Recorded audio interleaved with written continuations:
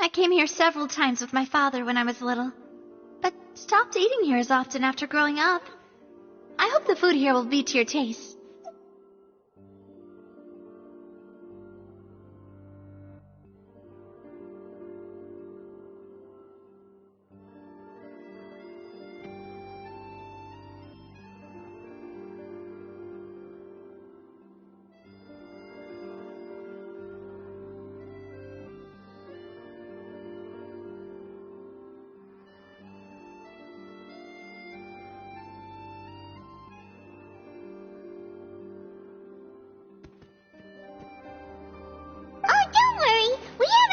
Hotel like this in a while. Paimon's getting excited already. In that case, I'll go order for us first.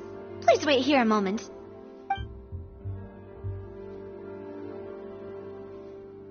Ooh, everything looks so good. People in Fontaine sure know how to enjoy life. Why, of course. Go ahead, try whatever you like. If the food's good, I'll make a group reservation for the rest of Spina di Rosula next time. And if it's not? Well, then I'll still bring everyone. Albeit with only one dish per table. You, sure have your own way of doing things. Oh, we called this a farewell meal, but we could also treat it like a victory feast, right? We did just win that case after all. Oh, true. Very true.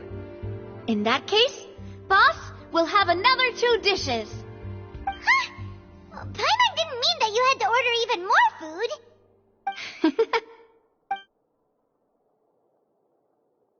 Speaking of cases, do you think that the mastermind behind the serial disappearances will get caught soon now that this has all happened? Well, we've certainly taken a big step forward. But I feel that's about it. We know that there's an organization that means to dissolve these young women, but we still don't know what they are really after.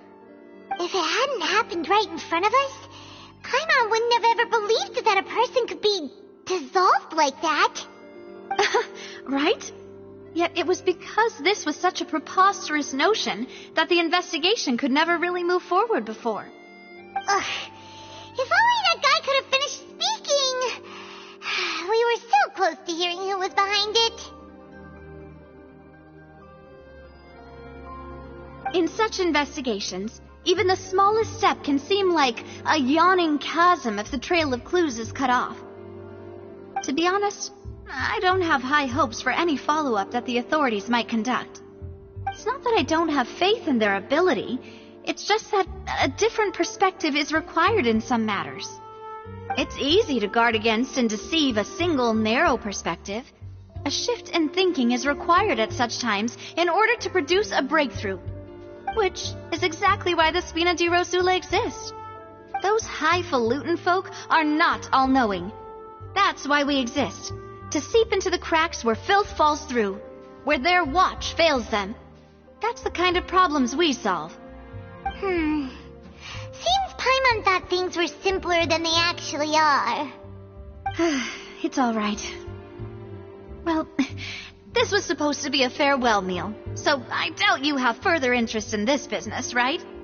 Let's talk about something else. Like, what are your future plans? That's true. We didn't have a chance to speak to her after the trial ended. It didn't really seem like the right time or place to do it anyway. I see. So, your primary objective, which has been foiled so far, was to have a chat with the Hydro Archon. I've heard that there's a long line of people waiting to meet Lady Farina. I suspect you'll be waiting for quite a while, considering that you missed your chance today. Yeah, we've heard that she's super popular here in Fontaine, and that it'll be tough getting any of her time. Well, would you consider some more, unique ways? Perhaps even methods of, let's say, questionable legality? Guess that's Bina Di Rosula's boss for you. Chock full of sketchy ideas. Well, what did you have in mind? Well, one way would be to infiltrate a performance troupe at the Opera House, only to abandon your act at the play's climax and ask to speak to her after the performance. I'm sure Lady Farina would be eager to see the ending, and would agree in order to finish watching the play, don't you think? Could you suggest something a little more practical? This plan seems pretty hard to pull off. We'd have to go learn how to act, and acting's really hard. All right, here's another. Find a way to conceal yourselves under her bed. Then wake her up in the dead of night and demand answers. Don't let her go back to sleep until she answers all your questions. I can personally testify that this one works. When I'm sleepy, I'll do anything as long as I can finally get some sleep. That might work, but that's not really the problem. The problem is we don't want to get ourselves arrested. Valid point. I overlooked that part. I was just thinking about leveraging a person's desire for sleep.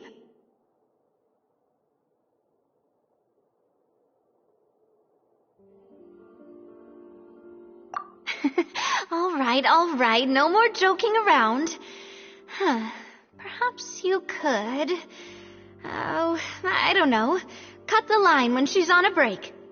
You did defeat her in court, clearing citizens of hers from false accusations. False accusations she had nearly upheld personally. I imagine that she feels quite ashamed about the whole thing. You mean that if we catch her while she's on a break, she might be too embarrassed to refuse? Oh, that does make some sense.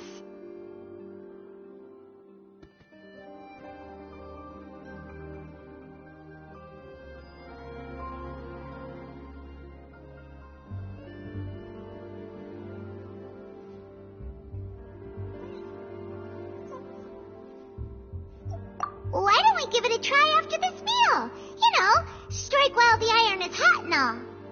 Huh? Paimon, did you drink my Fanta? Was this your drink?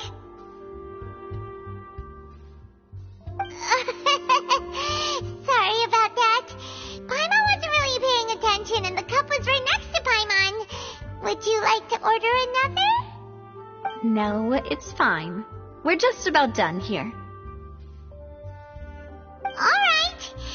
Honestly, Paimon wouldn't recommend Fanta anyway. It tastes kind of salty and icky.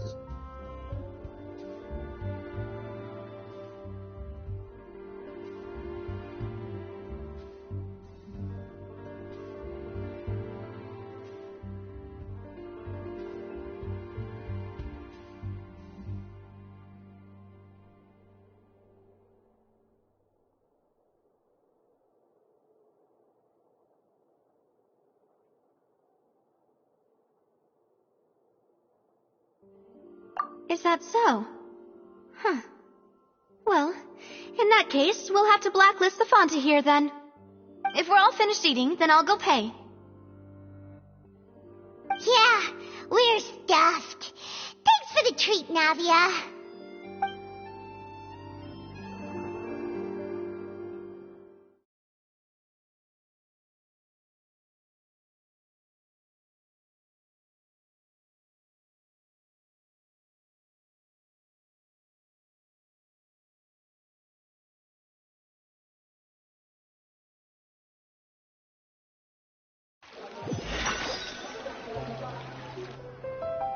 Oh, so full. Paimon can barely float anymore.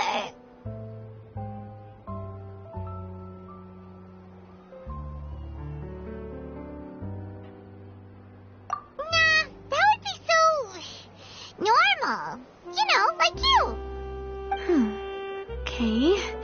As for expenses this month, we're left with... Hey, Navia! What are you doing over there? Oh, nothing. It was just a meal, you know? Nothing the Spina di Rosula can't cover.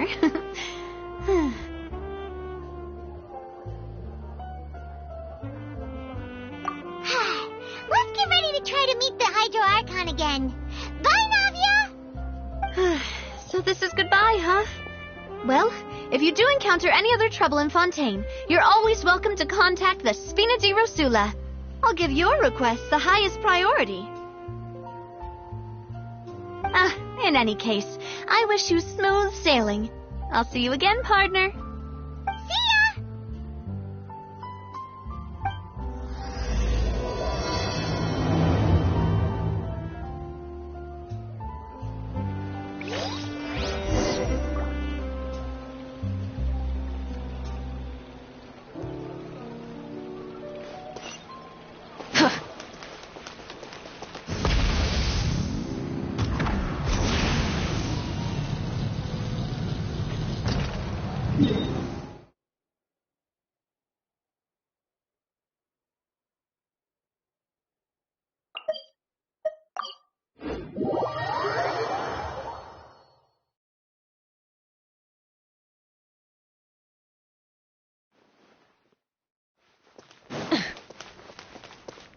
Full throttle!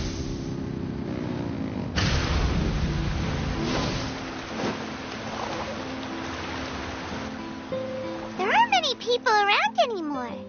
Looks like that boat we took to Araneus might have been the last one. Vache. Looks like we're back here again. Huh? Traveler? Are you hearing voices again?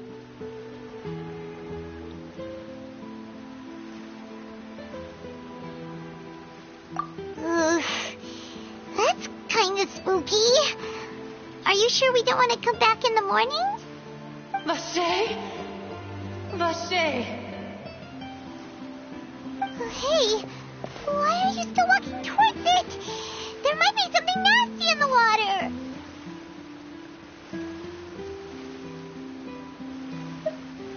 Huh? Hang on. Paimon can kind of hear a voice. It's calling for Vache, right? Hey, Traveler! Stop walking! Come on, wake up!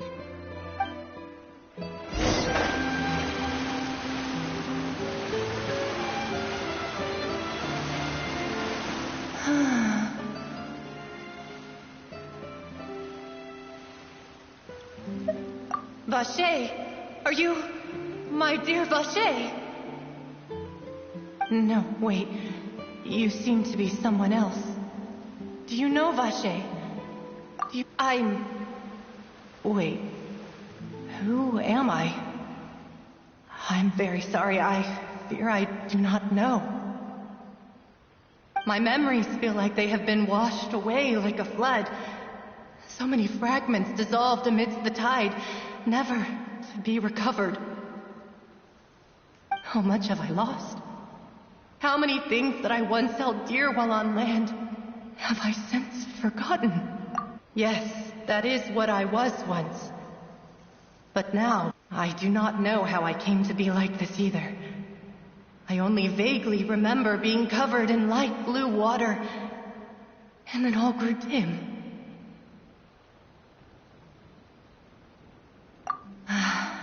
I also remember going to many places.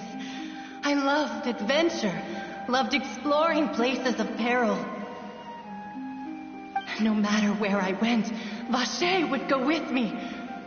I knew how dearly he loved me, and I also loved him equally as much. But now, we can no longer go back. The pain of such parting, I never knew how heavy it could be.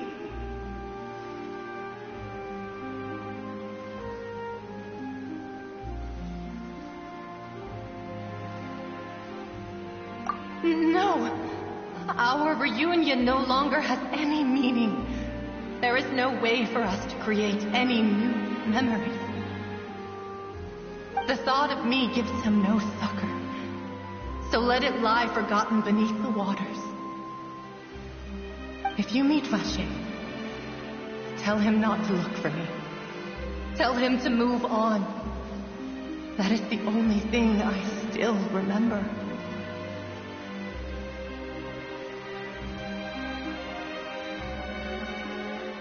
Perhaps that is so.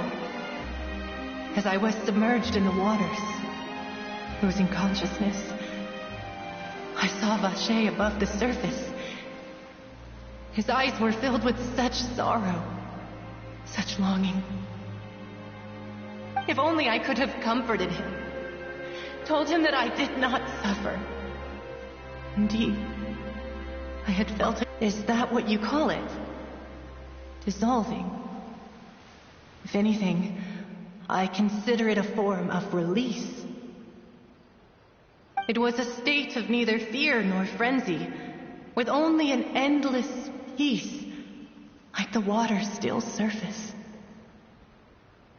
I could also liken it to being a thirsty person who drinks water for the first time, and only then sees how they have lived for so long in a world of endless want. I think I hear your companion. It's time for you to go, I think. Farewell, then. I am glad that you were able to sense my presence. Remember, if you see Vache, tell him not to seek me out any longer.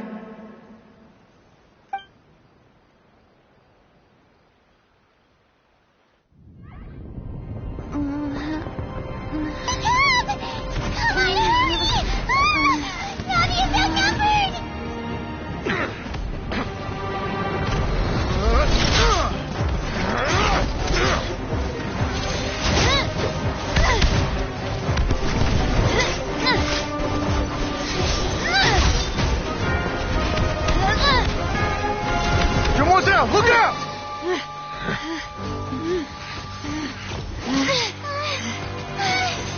Dear God, it's a whole army of Gardamex.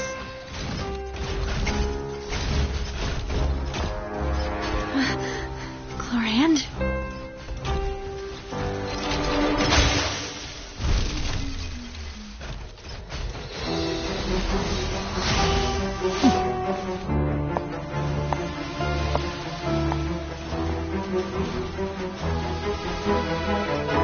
Quick, now's our chance!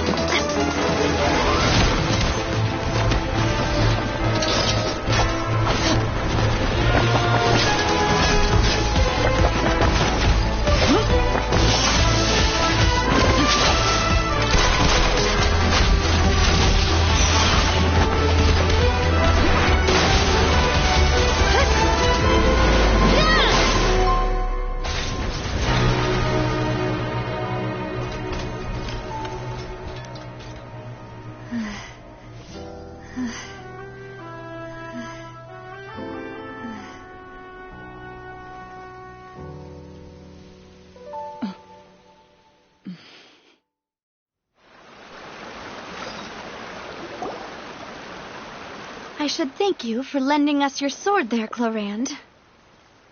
But before I do so, could you explain how you managed to show up here? I followed you. It seemed to me that danger has followed you more closely as of late. I believe that following someone without their knowledge is actually called stalking, is it not? Mr. Callus's last wish was for me to ensure your safety, and I will not betray his trust. He would do the same, were he alive today. Do not speak of my father! Sorry, demoiselle. I was not strong enough. Thank you for your aid, Miss Chlorand, but do keep an eye out for your manner of speech. I believe we all wish to avoid unnecessary emotional harm. Sorry, I did not consider your feelings. Whatever. What else do you know? How did you come to the conclusion that I'd be in grave danger? I doubt I know much more than you, but I believe that the mastermind behind the serial disappearances is very powerful. Your performance tonight will almost certainly attract their attention. I'm sure they've known about me. To be honest, I'm shocked it's taken them this long to act against me.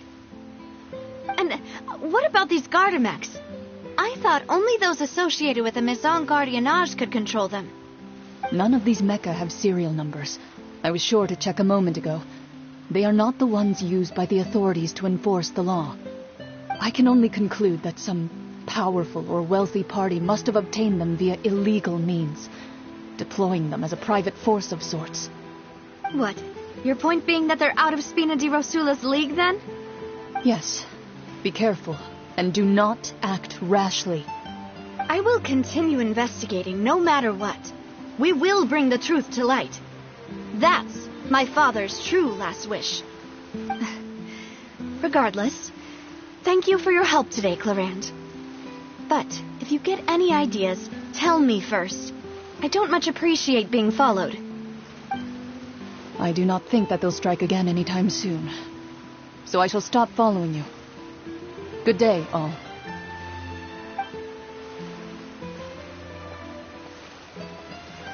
Right.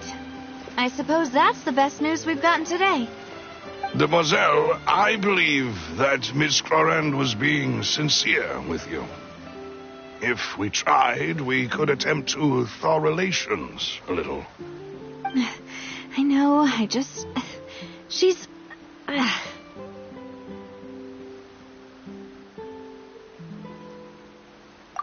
thank goodness! Paimon thought we were done for! Those Gardamex came out of nowhere while you were unconscious, and Nadia and her gang saved us! Oh, and there was that champion duelist named Clarande who came out to save us too! We got lucky there. Paimon probably couldn't have fought them off otherwise.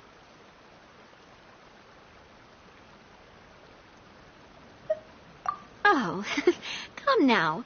Forget all that polite talk. That wasn't really a farewell meal we had back there. Not for me, anyway. In truth, I hope that every meal we have together shall be a victory feast. As such, we're still partners. There's no need to thank me. It will take 50 years for me to match Demoiselle's magnanimity. If it were me, I would have joined the Spina di Rosula on account of her goodwill long ago. All right, you two. That's enough. Actually, Navia, how did you know that we were in danger? You sure did show up in the nick of time. Well, to be honest, you're the one who tipped us off, Paimon. Huh? Really? Paimon contributed somehow?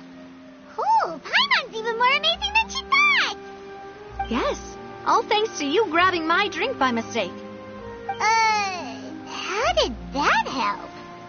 After we parted ways, I was on the way back to one of our bases when I suddenly thought of what you said. That the Fanta tasted kind of salty and icky.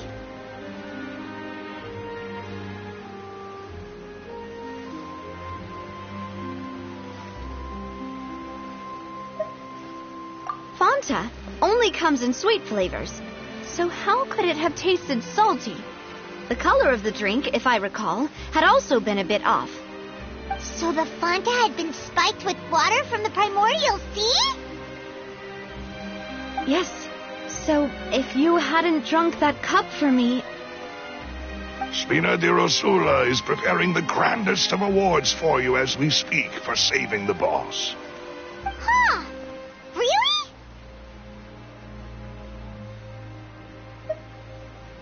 I sent people to Hotel de Boer to investigate, but whoever did this left no trace at all. That's when I figured out that you might be in danger and hurried here as quickly as I could. But why would they go after us too? All we did was defend Linny in court and help clear his name. Oh, now we're caught up in this mess too, aren't we? Well, you did foil a plan that they were probably pretty proud of, and almost got their name in the process. Speaking of which, did anything strange happen when you drank the primordial seawater? Well, it can't be coincidence that the traveler fainted just now. She said that she heard that voice calling for Vache again. Oh, and this time Paimon heard it too, but it was real faint. Does this situation have to do with the primordial seawater then? Does that mean the primordial seawater raises someone's sensitivity to hydro when it's used on people who are not from Fontaine? That doesn't sound like too much of a bad thing, to be honest. New intel? While you were out cold? Well, let's hear it, shall we?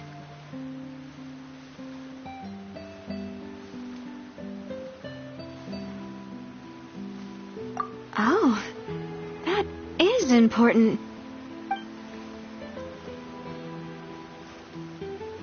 Vacher. That name doesn't ring a bell. I suppose he hasn't stepped forward as a witness in court lately. Since he saw that young woman dissolve, he was at least at the crime scene. But he never gave testimony or any information regarding people dissolving in the primordial seawater.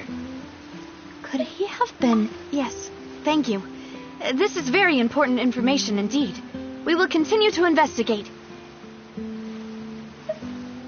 Oh, you mean you'll help us investigate? Well, you did say that our farewell meal didn't really count. That means we're still partners, right? And besides, we're in this now whether we like it or not. You're not gonna let those people who targeted us get off the hook so easily, are you, Traveler? Demoiselle, do try not to look quite so pleased. You are the face of Spina di Rosula, after all. You talk too much. Well, in that case, let's head back to one of our bases, shall we? I'll arrange accommodations for you. We also have some plans to go over, and hopefully we can deepen our bonds as partners. But we'll take that one step at a time, I guess. Don't worry, you two. With us around, our base is definitely secure.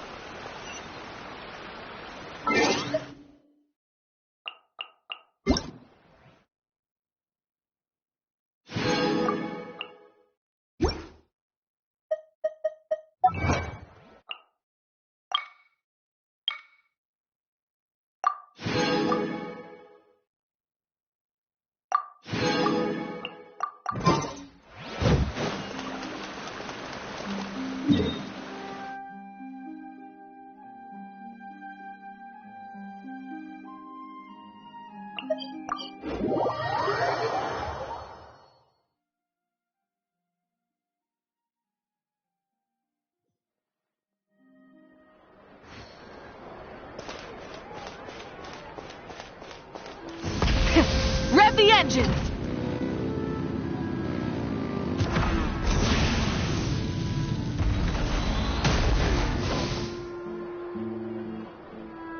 It's right up ahead, but let's make sure we weren't followed first. I've been keeping watch, Demoiselle. I haven't spotted anyone suspicious thus far. Very good. But let's not let our guard down for now. I shall find rooms for our respected guests. Thank you, Malus. Now, let's continue, Traveler.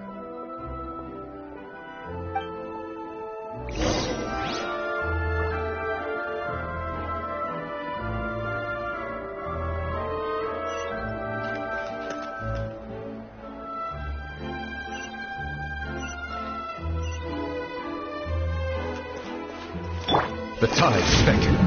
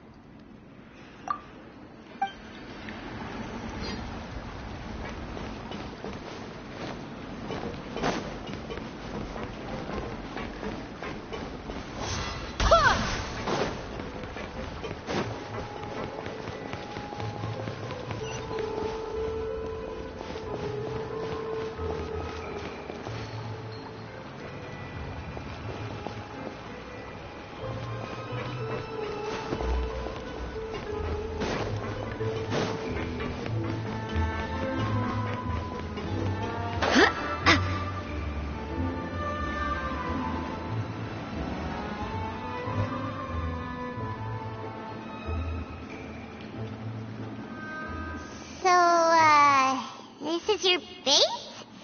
It's not quite what Paimon imagined.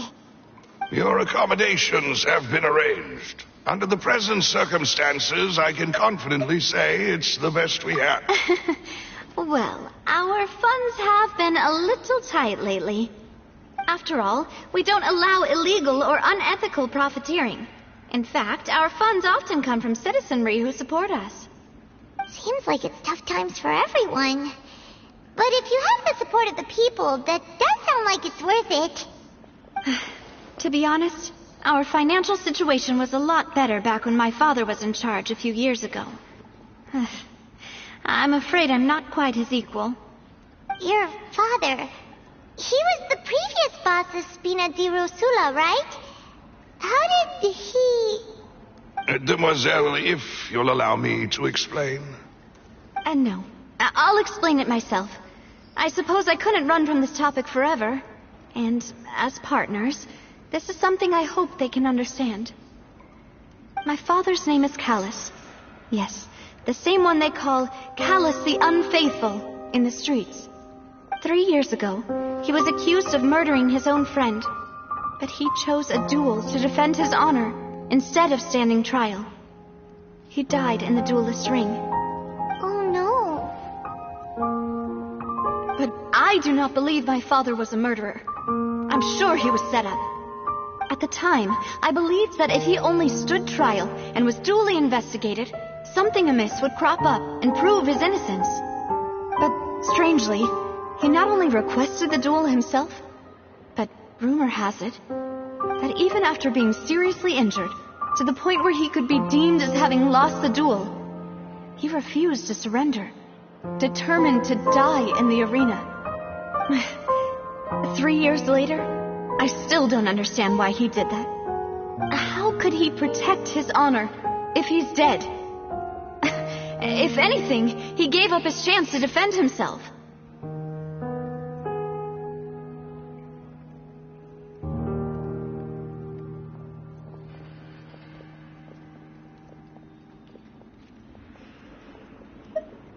The closest piece of info I have is that my father had been investigating the serial disappearances case at the time of his death. Ah, so that's why you're so determined to get to the bottom of that case. That's right.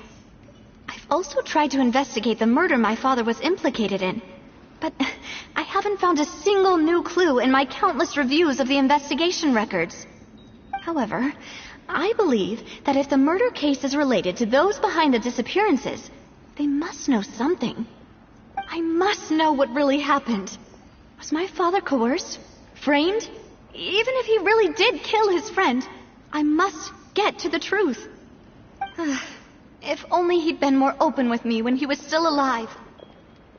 He even hid the fact that my mother died due to complications when giving birth to me. And now, here I am investigating his death. You really are a handful, aren't you, Papa?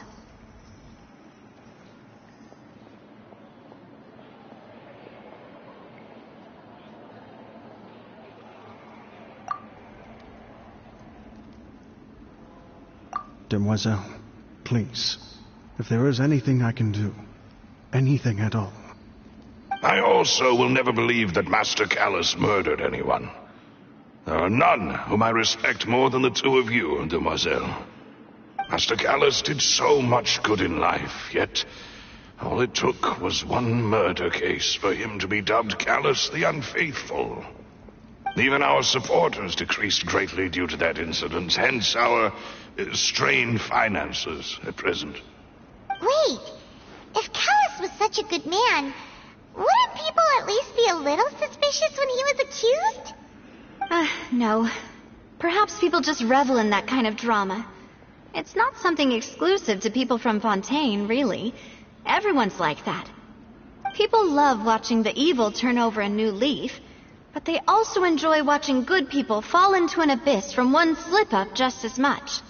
But how could... never mind. If Callus was really falsely accused, we have to find the truth. He didn't deserve to have that happen to him. There is one other thing. Master Callus's opponent in the duel was Ms. Clorand. Oh, her?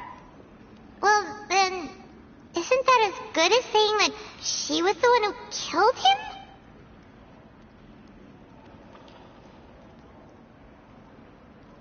Yeah, that's not the sort of thing that you can just let go and move on from. Miss Clorand has always placed great emphasis on the honorable nature of the duel. If her opponent doesn't yield, she will not stop either. She knew Master Callus beforehand and greatly respected him, but seeing how he was resolute in the arena, there was only ever one choice she could have made. It's not that I don't understand her at all, but I just can't deal with this yet. Don't worry, Navia. Paimon knows how you feel. You don't have to force yourself to do that. Afterward, Miss Clorand told us that at the start of the duel, Master Callus requested that she ensure Demoiselle Navia's safety. Yes, that is our understanding as well. Oh, Papa. What madness drove you to ask the person who killed you to take care of me? All right. Anyway, that's the information I wanted to share with you. Even if it did sound like I was just complaining towards the end.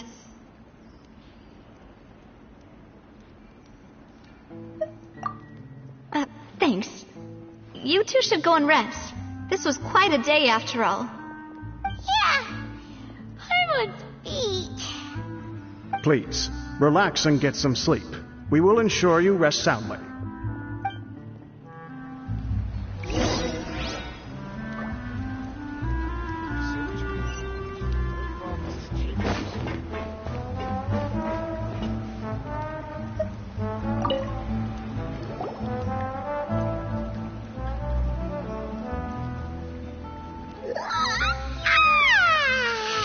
Paimon slept so well.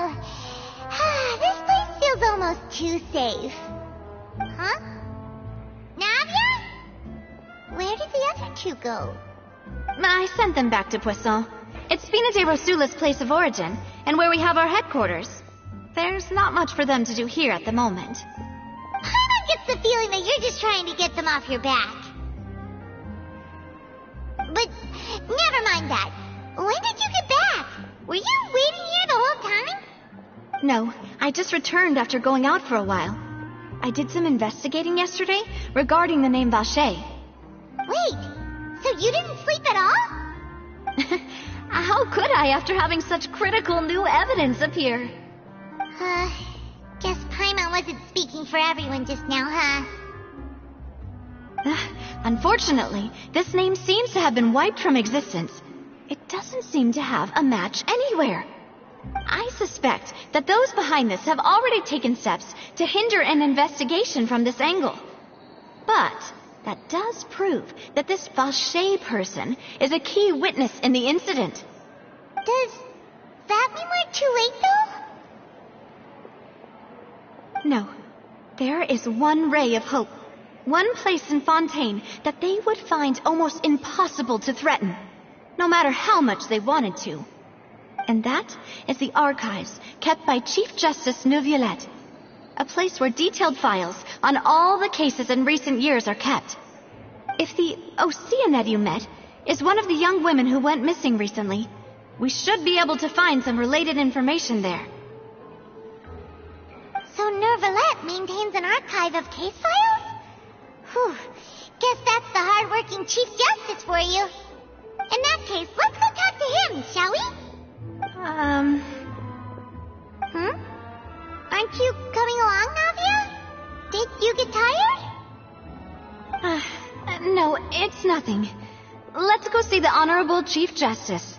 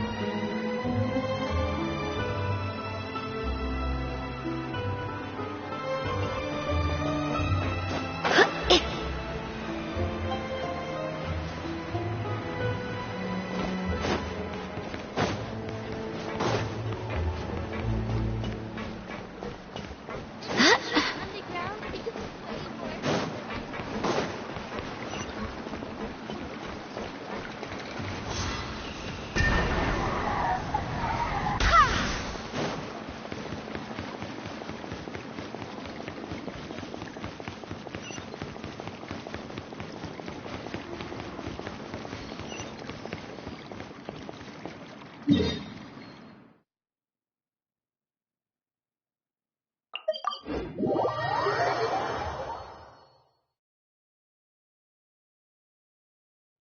palais is right up ahead.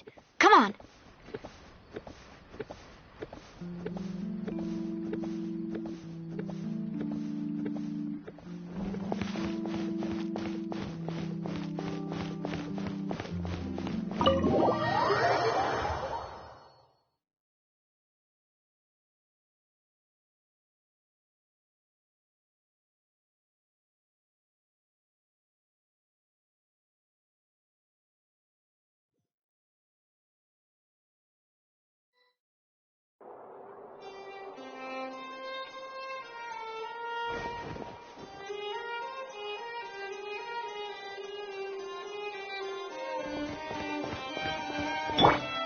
Bring it!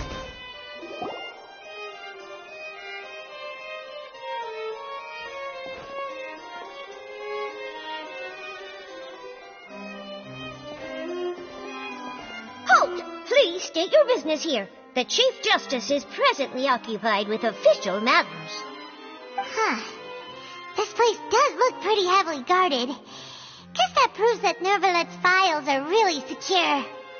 Hey, don't you recognize us? Huh? Who are you? Just to be clear, I don't care who you are or who you might be related to. Our rules make no exceptions. See? They've got great discipline, too. Yep. Paimon can tell. If you're here just to crack jokes, I can point you towards the exit. Unlike some, we're busy, so please leave if you don't have a reason to be here. No. What I meant to say is, shouldn't you remember us from a few days ago? We were at the trial of the great magician Linny. Oh, yes, I remember. I read about it in the Steambird. You must be Linny's attorneys. It's all coming back to me now. We're here today to report and archive some information on a follow-up case. Huh. Is that even a thing? Of course. Don't worry. We're here on official business. You can trust us. All right then, I'll let you through. The Chief Justice is just inside. Thanks so much.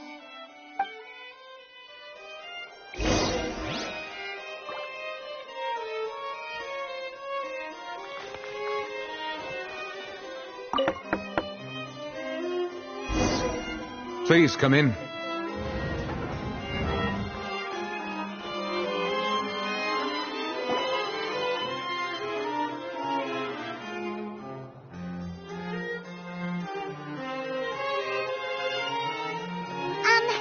Sorry to barge in, Monsieur Nervalet.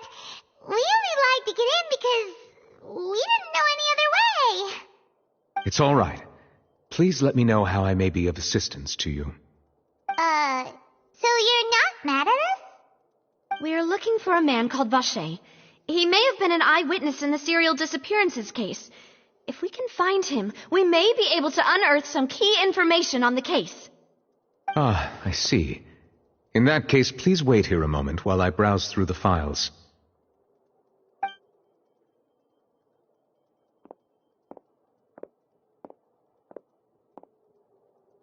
Who knew that Nervalet would be so easy to talk to?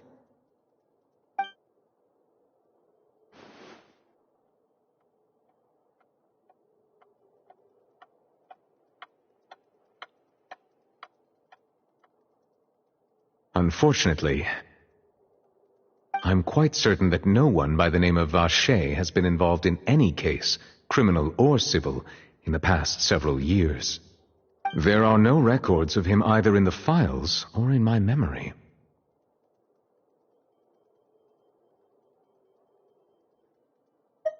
Traveler, what if it was really just a dream? Is that so? All right, then. Thank you so much, Monsieur Neuvillette. We'll take our leave now.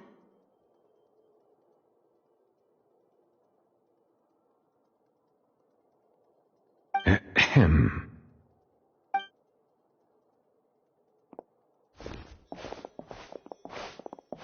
Miss Navia, I can understand how you feel. Your father, Callus, was a truly exceptional man. We deeply regret his passing.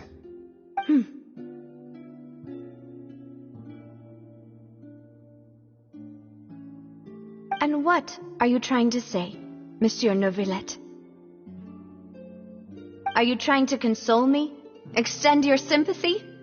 Or just express some tendril of regret? No. You are not trying to do any of that. I can hear it in your voice. There's no emotion behind your words. You only said those things because you felt like you should. It's just like last time. After my father took his place in the duelist ring, I pushed through the guards to talk to you as a last resort. You even told me then that you thought there was something fishy with the case, yet you still allowed the duel to go ahead. In your eyes, the value of a human life is nothing compared to those cold laws you hold so dear. If you truly regret my father's death, then why didn't you call a stop to the duel? Why didn't you give me the power to stop him from throwing his life away? Why did you just let him die, despised and hated by all? Everything was hanging on still so many things I never got to tell him. So many questions he still owes me answers to. If you really have no heart, then just look me in the eyes. I, Navia, will show you the true meaning of regret. I'm sorry, Miss Navia. You and my father are truly alike. You keep all kinds of things in your heart and never say a word to anyone. It's not so much that you can't feel, but that you would never express anything. Oh well. In any case, everyone already knows full well the apathy of the Chief Justice. My apologies for taking my emotions out on you, Monsieur Chief Justice. Let's go, Traveler and Paimon.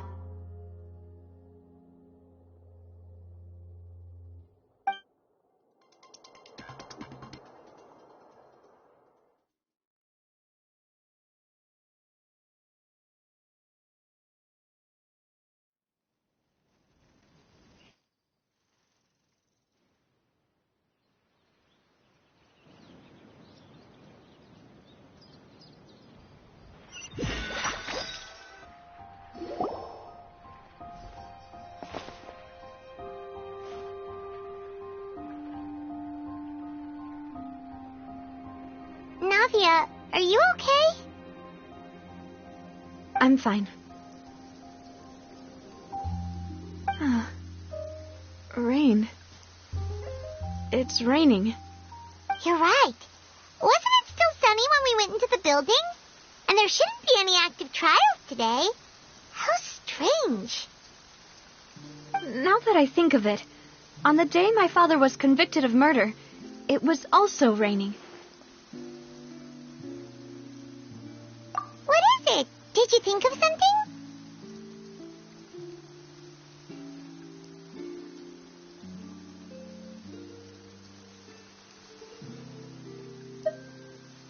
Yeah, he was outside. It was uncovered and the rain could fall there. Why? Do you think the rain could have affected the crime scene? That thought has occurred to us before. We've even expanded the search area to try to account for that, but didn't find anything of value.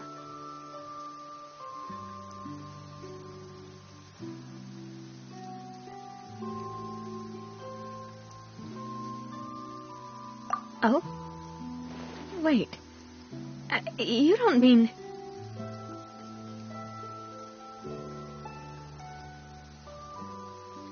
So you're saying that the true murderer could have been turned into water and then got washed away with the rain? Yeah.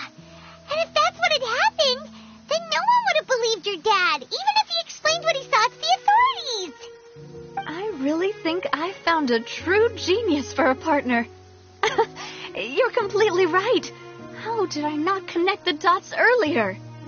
All right, let's go to Poisson. With this new lead in mind, we'll get to the bottom of my father's case for sure. Yeah, we're gonna make progress for sure this time. Do you want to go with me now? Or do you want to head over by yourself later?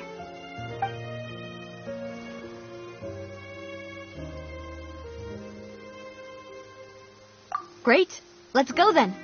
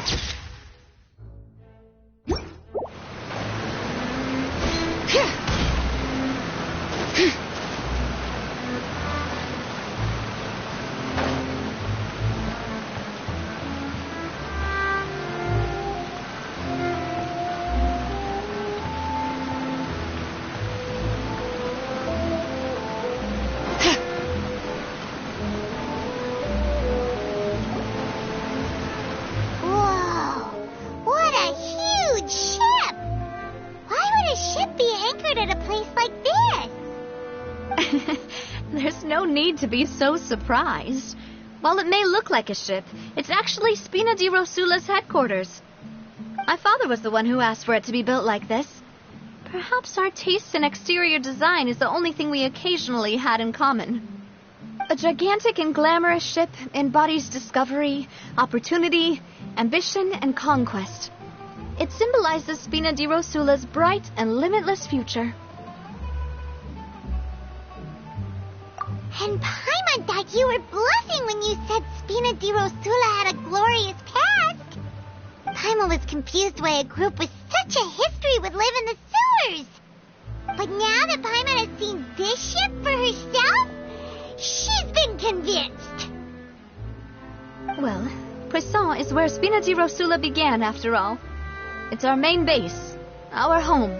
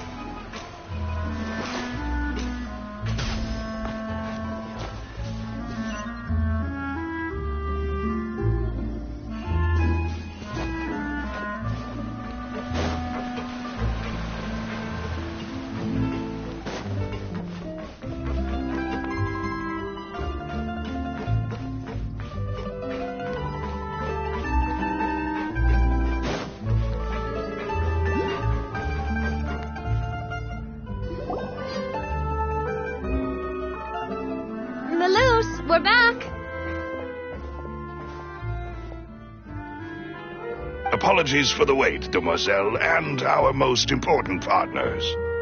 You said before that you still had some business at the court. What brings you back to Poisson so quickly? About that. It's because my partner here reminded me of something really important. You see, what if my father's case had something to do with water from the primordial sea? You still remember, right, Malouse? On that night, it was raining? Yes, the case was quite similar to that of Mr. Linney's. Both were what you'd call impossible murders. Could you tell us a bit more about what happened before? Yeah, of course. Many years ago, something called synth began to gain popularity in Poisson.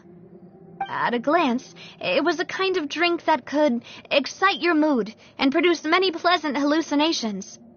Wait! Didn't that guard guy who turned into water also mention that the primordial water could be used to produce some kind of potion?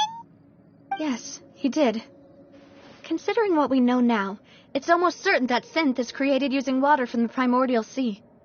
If you drink synth for an extended amount of time, you'll suffer many side effects, such as losing the ability to focus or control your emotions.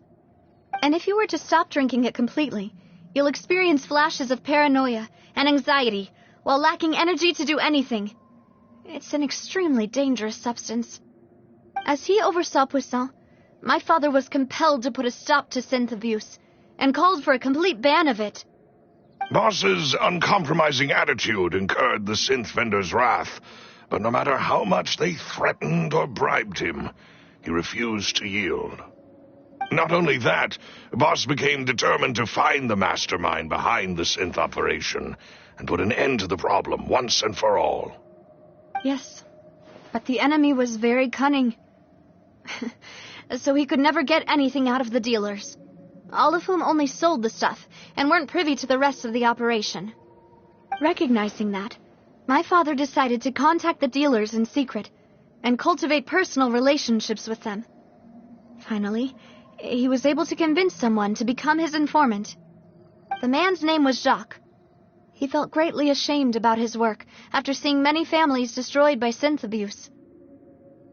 That night, my father hosted a banquet at his countryside estate. He planned to meet up and exchange information with Jacques over some food. But then, we heard 2 gunshots from the courtyard. We raced to the scene and found my father, still holding a gun, and Jacques, who was already dead on the ground. Huh? How did that happen? Aren't they on the same side? Sounds just like Lenny's case, doesn't it? In both cases, the culprit seemed obvious, but neither appeared to have any motive at all. Looking back on it, though, I now believe the most important clue was something we all overlooked at the time. There were pieces of clothing left at the scene.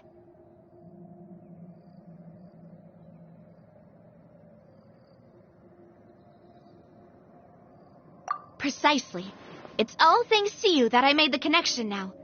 Back then, we all just thought they were some costumes that Jacques used to disguise himself at the banquet. But, considering it now, it's almost certain that they belong to a third person at the scene. With one extra person, we'll also need to reconsider. You're right. We still don't know what happened. But my intuition tells me that we're on the right track to figuring it all out. I'm finally headed towards the truth. Jacques was an empathetic man who was infinitely remorseful for his past actions. It's unlikely that he turned on Boss with 0 warning. I think this third person is probably the key to the full truth. On that note, however, even though this will not please you, demoiselle, as your and your father's butler, I must still offer a word of warning. Our opponent is insidious and cruel. They are extremely difficult to deal with, and Boss has already lost his life trying to bring them to justice. Even though Spina de Rosula has lost most of its former glory, Poisson has welcomed a new time of peace, and we have been allowed to live out our lives. There is no need to follow your father's path. It would be both wise and in line with Boss's wishes to step back and give up on the case. If that's indeed what he wished for, then he should have told me that himself. Was I not the closest person to him? And yet, I was the one most kept in the dark. What was the point of him dying without sharing any of the secrets he knew? Did he manage to protect anything in the end? Synth is still here. Callus the Unfaithful is still his epithet. And Spina di Rosula is barely getting by. Nothing has changed. Did he think I'd just accept his meaningless death and live out my life just as meaninglessly? I've never accepted that. Ever. Not since that day, and certainly not now. I want to find out the real answer for everyone's sake. For the missing girls, for the victims, and for myself. Navia. This is indeed the best moment to act. Your partner appears to be quite reliable, and more importantly, Demoiselle, I think you're also ready to take this on. So you do know something else, Malus? Yes, I do. In fact, even before that banquet, Boss already knew of the connection between Synth and the serial disappearances case. But what drove all the tensions to the boiling point was the revelation that you, Demoiselle, had been selected as the next target to disappear. What? Boss also didn't tell you that he had been diagnosed with a rare illness. The doctors told him that he had no more than 5 years left to live. And the serial disappearances case caused him great anxiety. 5 years was nowhere near enough time to resolve this long-standing conflict. But once he passed away, all the danger would pass on to you. Knowing all of this, he decided to use one final intimidation tactic before his death. He claimed to have already gotten his hands on some key incriminating evidence for the other side, and even told some members of Spina di Rosula about the details. But as long as you remained safe, he would not share the evidence with the public.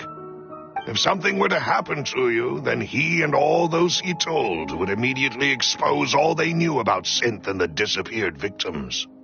Right, so nobody would be able to get off scot-free. As we've seen, Boss's tactic has worked. Even though Boss has been gone for a long time, the other side has not tried to take Demoiselle's life. No, I don't believe it. He never appeared to look sick to me. No father wants their daughter to see them weak and haggard, especially someone as proud as Boss. To him, dying in a duel and suffering lasting dishonor as the Unfaithful was so far preferable than losing face in front of his daughter.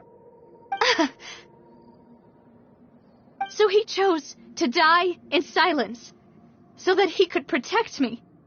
I'm afraid you're not understanding this correctly, Demoiselle. What Boss wanted to hand to you was not a parasol, but a sword. If Boss's spirit could hear you telling me that you want to find the answer for the sake of everyone involved, I'm sure he'd be extremely proud. That fool. Couldn't he have just given it to me straight? No. He might have set up everything precisely because he never thought I'd be able to understand him. Is that the amount of confidence he had in me? And what if I was never able to make it to where I am now?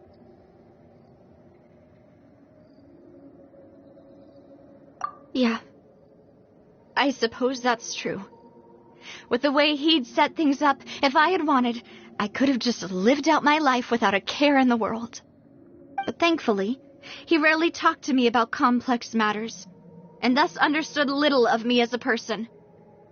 In this case, he really didn't need to give me an easy way out. Malus, what was the key evidence that he shared with you? It's the location where Synth is produced.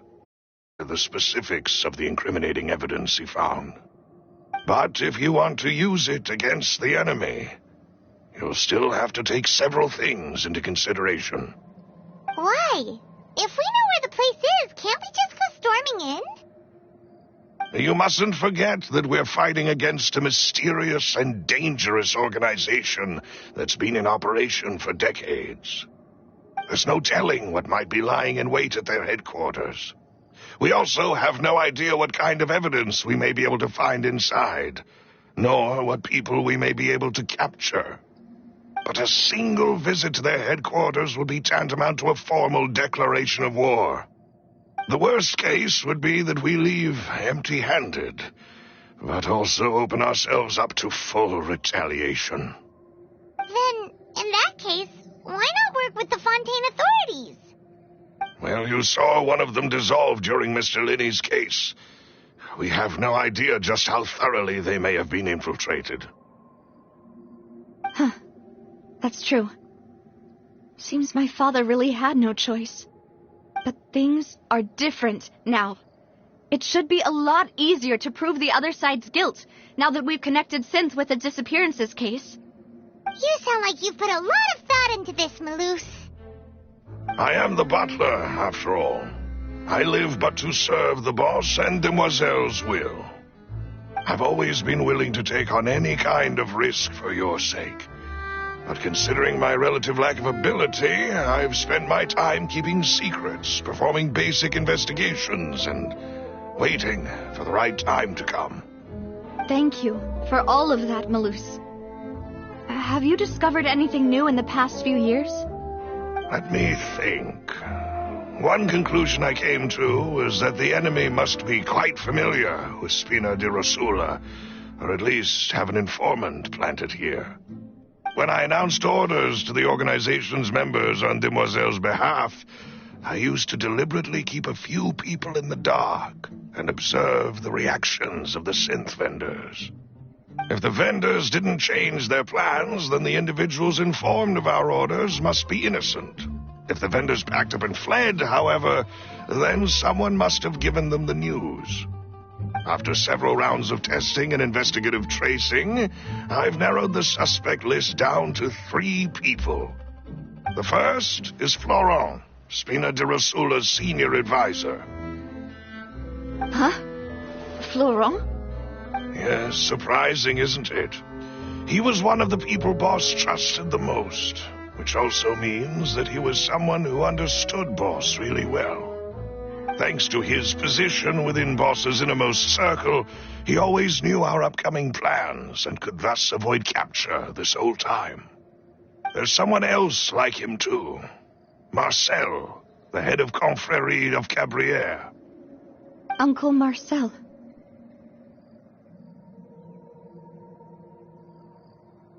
It's a guild in Poisson. Boss helped it to grow to its current size and prominence. In the beginning, they were only reselling some daily goods, but now they're one of the richest guilds around, with a lot of business connections in the city. So, they're like a sister organization of Spina di Rosula? Yes, you can say that. When we were fighting against the synth dealers, they provided us with plenty of support. It's a bit difficult to imagine someone using their own money to hunt down themselves. The final suspect is Thierry, the man responsible for coordinating information between Spina di Rosula and the guards. Although the guards mostly leave us to our own devices, there are still many activities we have to report to the local authorities. Since Thierry is always in the know about our current activities, he could theoretically always plan one step ahead. I see. These are all people who I communicate with quite regularly. To think that the enemy we've been fighting against has been right next to me all along, among those I trust the most. It's almost too hard to believe. If you want to investigate them, please take every precaution to not alert the quarry. Judging from our experience, the enemy is extremely cautious. Of course. And thank you, Maloose. You've provided us with a lot of great information. You're too kind, my lady. I'm just doing my duty. And before I forget, proving Boss's innocence would also mean clearing him of blame in Jacques' death. After that incident, Jacques' wife and daughter were taken into the Spina's care. They still live in Poisson today. If it might help, you could also pay them a visit. I can make the necessary arrangements. Oh, thank you so much, Malus. You really are the best. A new case awaits, my dear partner.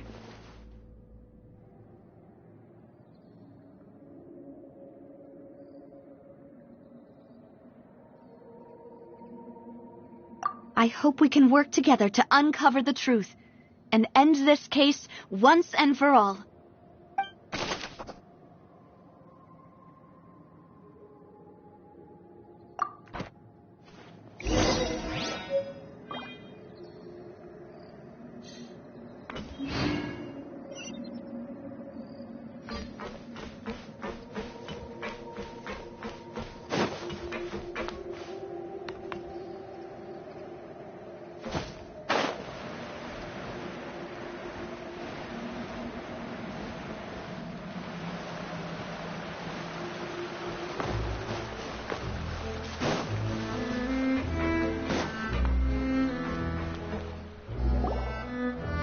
It is settled, then.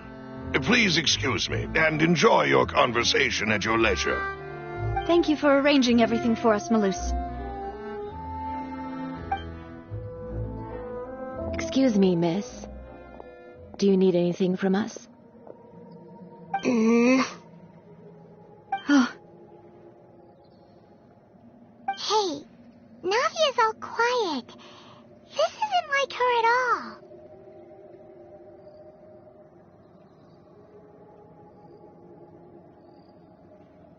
I'm sorry that I only came to visit after all this time. After what happened, I didn't know how I was supposed to face the two of you.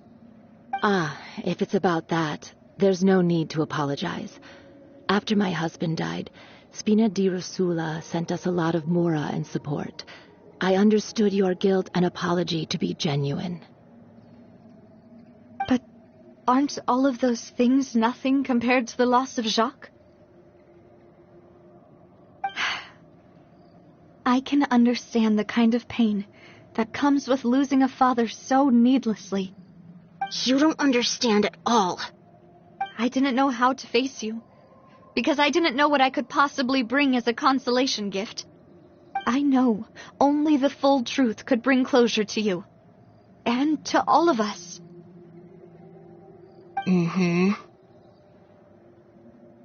I'm sorry. I appreciate the sentiment, but you don't have to carry all that guilt. On the matter regarding my husband, my daughter and I have more or less found our answer already. Would you mind sharing it with me?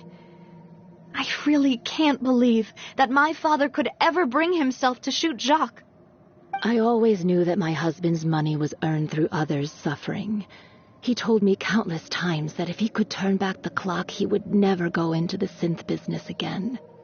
He had many regrets, and felt that he took the idea of providing for his family too literally. For the longest time, he thought Mora was everything.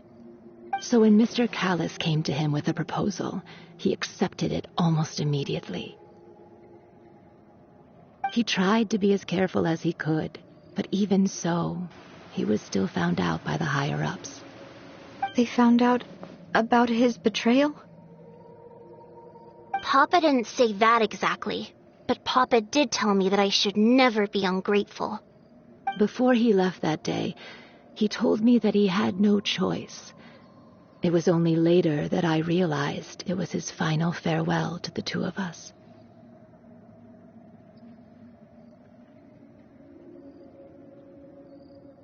I don't know that for sure, but you could say that's the conclusion I eventually came to. Which is why I'm the one who should feel guilty. Callis had always taken great care of us, both when he was still alive and after he passed away. Even if he fired the shot that killed my husband, it was likely in self-defense. It is impossible for me to hate him for what he had done. But Mama, why is Papa still the bad guy if he did the right thing? Papa always wanted to be a good man, So why did he have to do a bad thing in the end? Well, things aren't always as they seem. You still feel like your papa was a good man, right? Yeah, Papa was a really good man. The best in the whole world. Then you should hold on to that. If a good man had to do a bad thing, then he must have had his reasons. Regardless of whether he left you a parasol or a sword. He must have done so to give you a better life. Oh. Thank you for everything you've told me. I will definitely find the truth.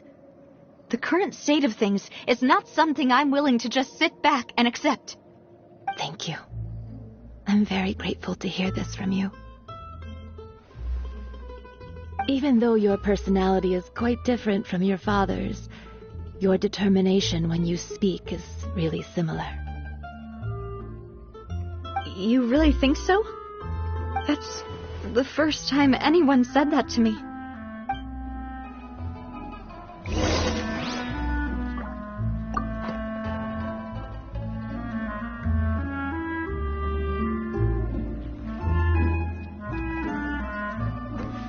Are you okay, Navia? I'm fine. Don't worry. Let's investigate the 3 suspects next. Florence should be nearby, and we should be able to find Thierry and Uncle Marcel in the city. I'll get myself together on the way, so please don't worry.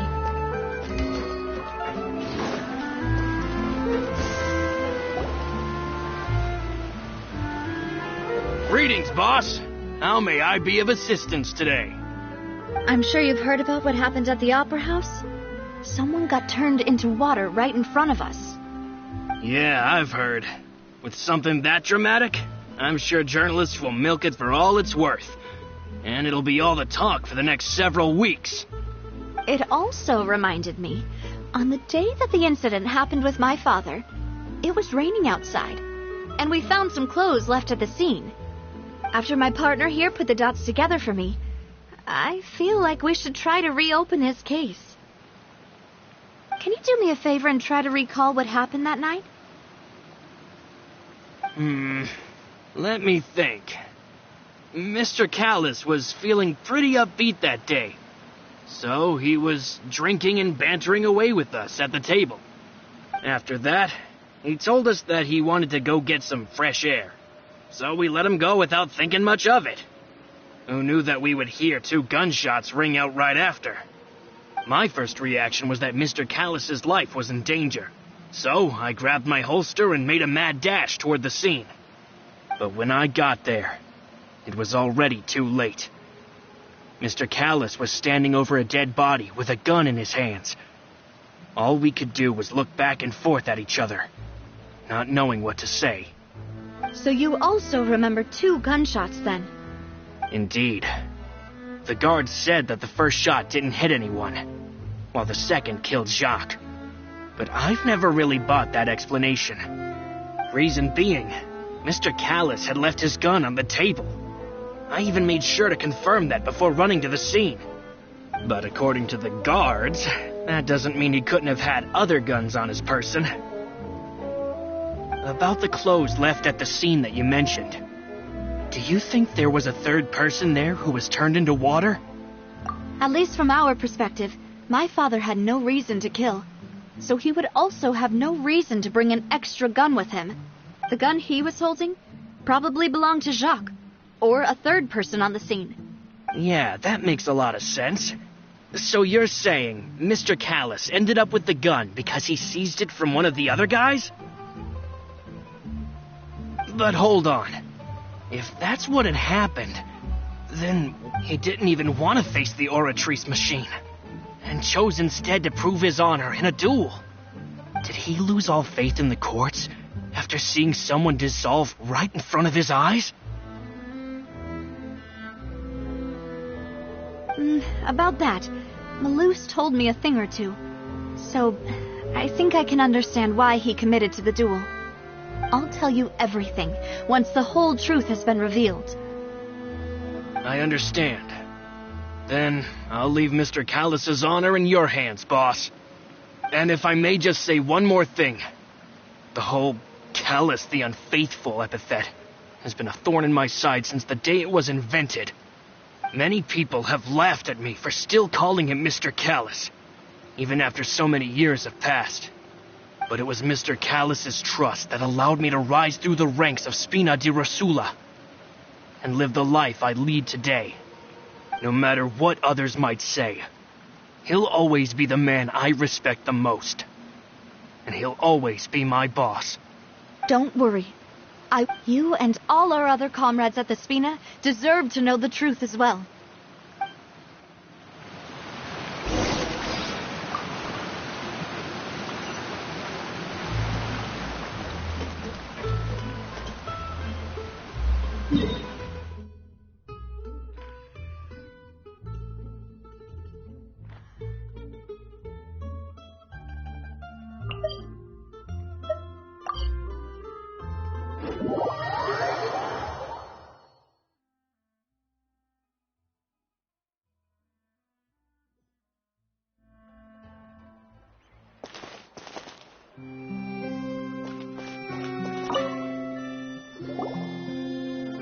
Hey, Thierry, it's me.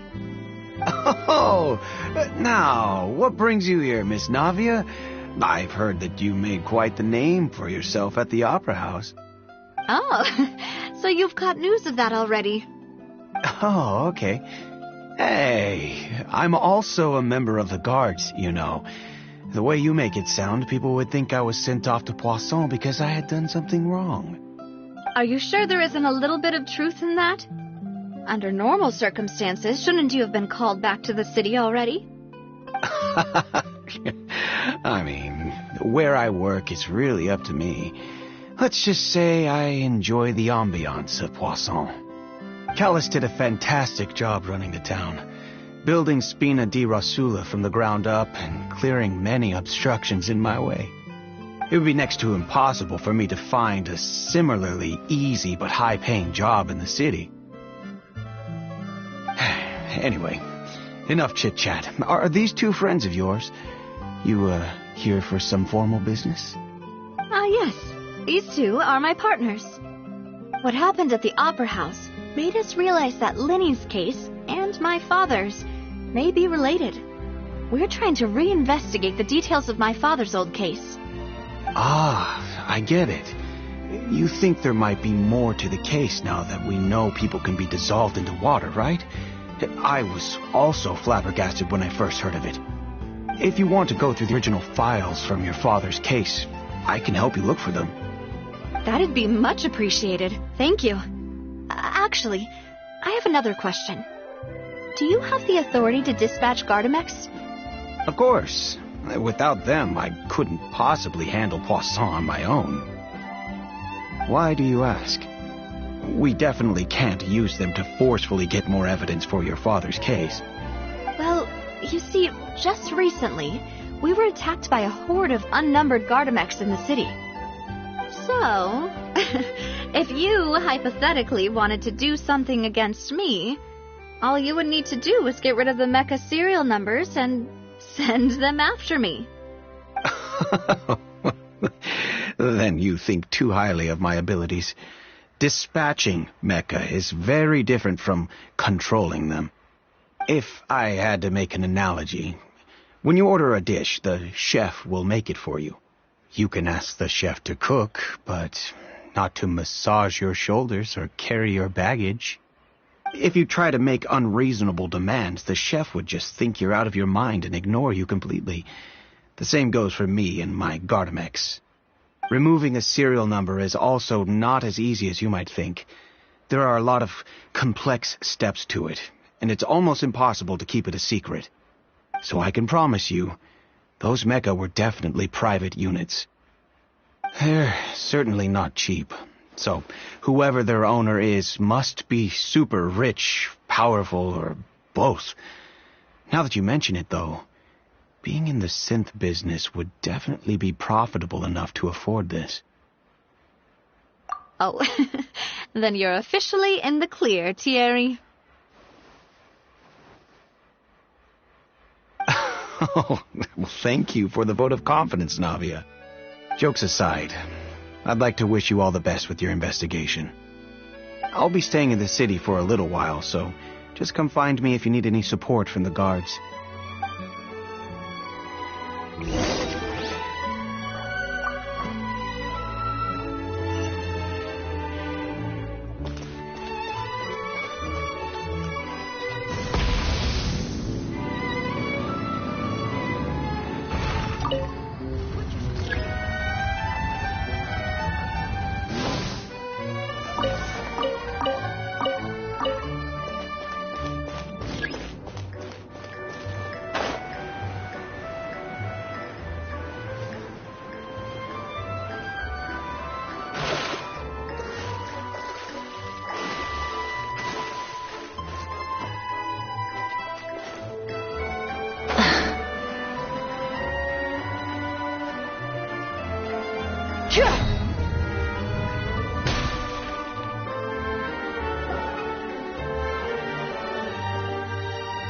Hello. How may I help you? I'm here to see Marcel. Could you please let him know? You can just say Navia's looking for him. Sure. I will let him know right away.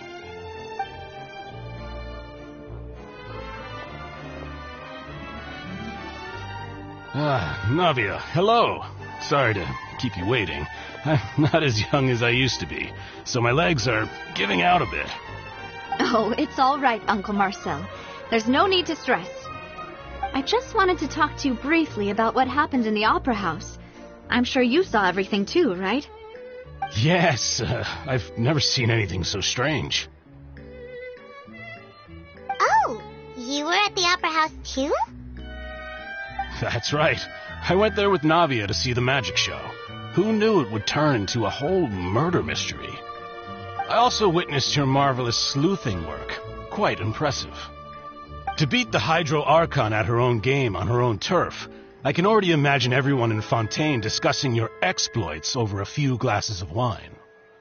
Oh, Paimon doesn't want to become the talk of drunkards. Apologies. It's just how Fontaine is as a nation. Everyone loves drama and theatrics. Uncle Marcel, you've also noticed that other thing, right? The fact that humans can dissolve in water? Yes, I was reminded of your father's case right away. Is that... Exactly. I still don't have much solid proof, but I can sense that the other side has already begun to act. Oh, and what makes you say that? We were attacked on Araneus by some unnumbered Gardamex. And there was also an attempt to get me to drink water from the primordial sea. If not for the vigilance of my partner, I probably wouldn't even be here talking to you right now. Oh, you're giving us too much credit. Wasn't it you who protected us? Alas, it seems things are heating up again. The peace that Callus sought so dearly will soon become a thing of the past. But rest assured, Navia, Poisson will always remain a safe haven for you. If you're scared, you can always return there. If anyone dares to lay their hands on you there, the Confrérie of Cabrières will use its funds to the last Mora to bring them to justice. Thank you, Uncle Marcel. But I don't intend to go into hiding. I'm going to strike while the iron's hot. Do you have any new thoughts on my father's case? About that. Sorry, my age is catching up with me, so it'll take me a while to recall my memory. The Confrérie was responsible for that banquet, so I was out and about the whole time making sure things were running smoothly. I didn't even have the time to drink with the guests. Then I heard the sound of a gunshot, and the rest was history. Oh, it's okay. No need to push yourself. We'll ask around some more. See if there are any valuable clues elsewhere. Sounds good. Just let me know if you ever need Mora. All my wealth comes from Callus's patronage and support. I'll spend however much it takes to clear his name.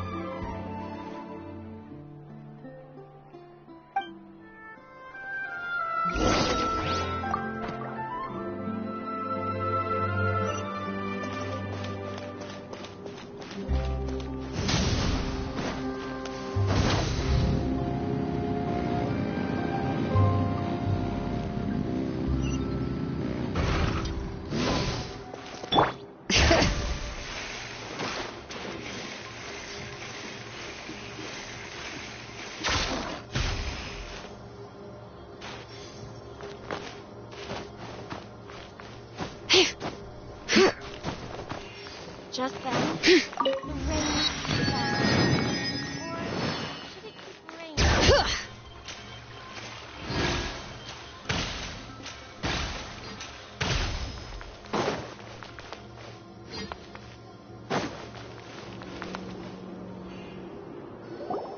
We've talked to all three suspects, purely based on their conversations with me. None of them sounded particularly suspicious.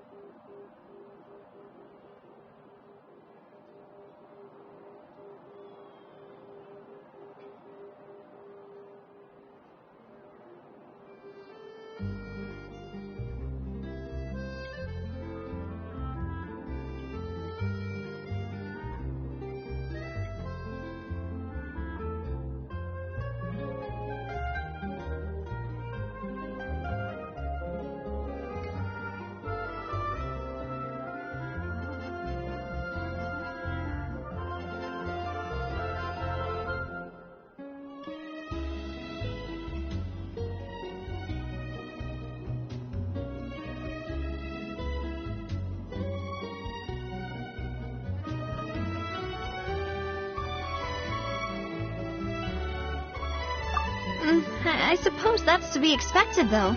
If a single conversation's all that's needed to find them out, then my father wouldn't have needed to investigate the case for so many years. Anyway, even though we didn't make a breakthrough, let's still compile what we were able to find. But where should we start? Ah, you're right! Flora mentioned that Callus probably only ended up with the gun because of circumstance. That makes sense. According to Jacques' family members, he already told them that he had been discovered, and that he had no choice before he left home that day. If I had to guess, he probably received an order from the synth boss to kill my father. Had he refused, he and his family's lives would have been forfeit. So, Jacques fired the first shot? Oh? And why is that?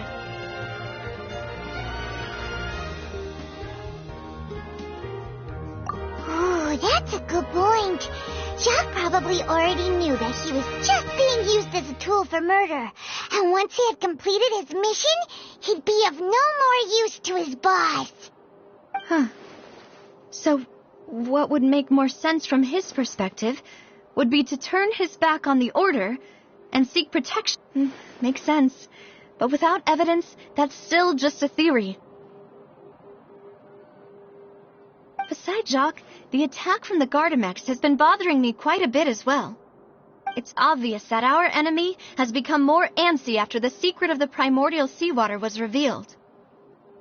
Do you think he knew, even then, that we'd follow this lead to the end? Given everything that's happened since, it's quite possible. But who among the three suspects would have the ability to control privately owned Gardamex?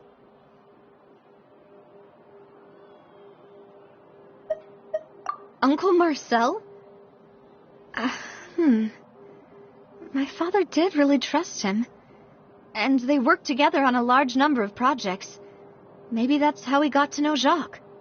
And with funds from the Confrérie, he could also afford a large number of Gardamex. It's still really hard for me to imagine, though. After all, Uncle Marcel has been around since I was just a child. Also, wouldn't this mean he has been spending a whole lot of mora and energy to fight his own synth business?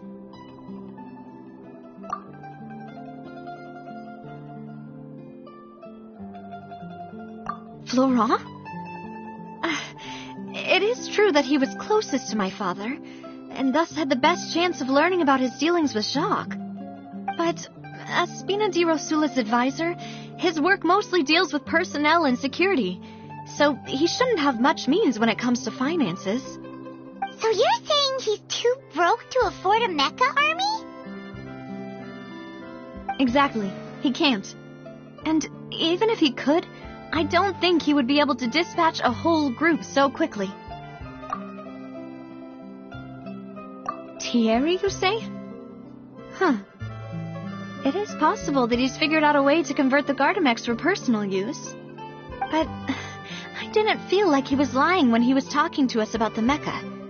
I also don't think he'd be able to keep that kind of tampering under wraps. Yeah, had he actually tampered with the mecha, we'd be able to prove it with a simple check of the guard's inventory. If the mecha were taken from the guards, it should be pretty easy to find out when and how that happened. Who could it be?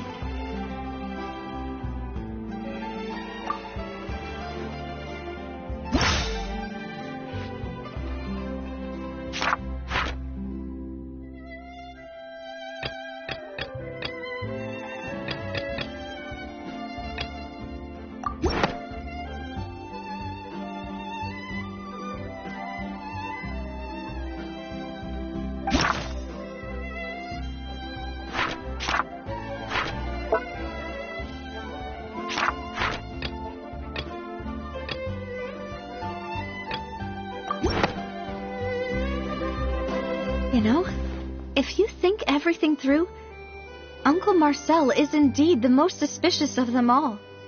Could we be missing other suspects? Malus didn't know about the people turning into water thing when he narrowed it down to these three, did he? Malus has always been very reliable, and his judgment of others' trustworthiness has been fair and well considered.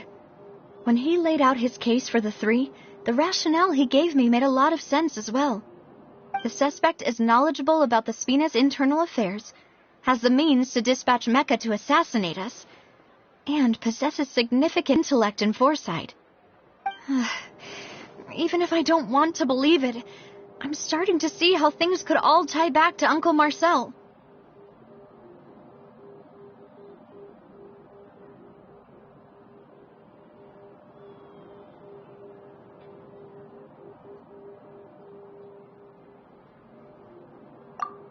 We still have another trump card on top of all the theorizing and speculating.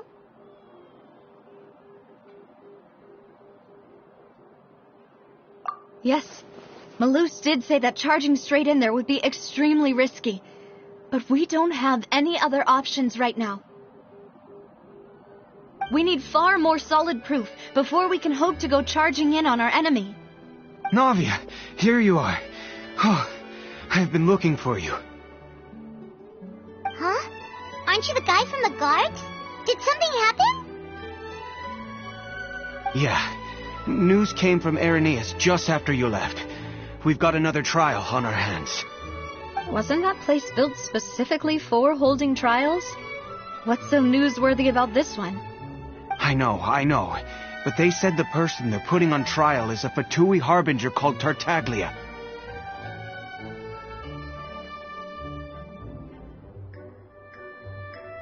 What? Is that someone you know? Yeah, we know him. Maybe even a little too well. Well, he's been accused of being the true culprit behind the serial disappearances case. It's absurd, don't you think? Wait, how? None of our investigations have had anything to do with him.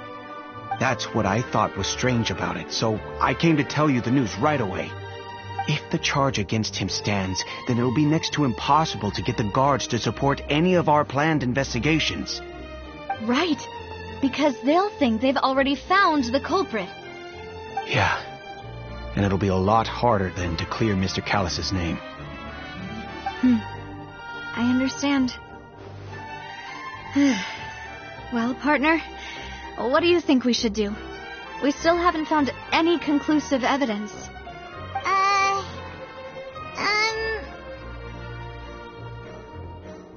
Huh? Split up? What do you mean?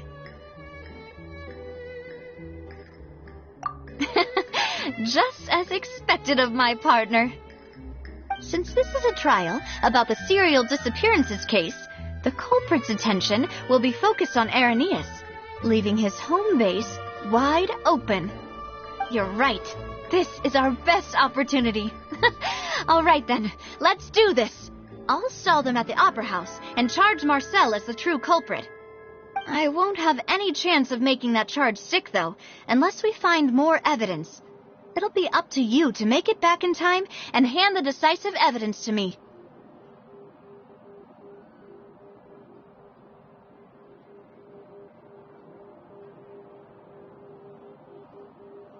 We'll help you, just like you helped us in Lenny's trial.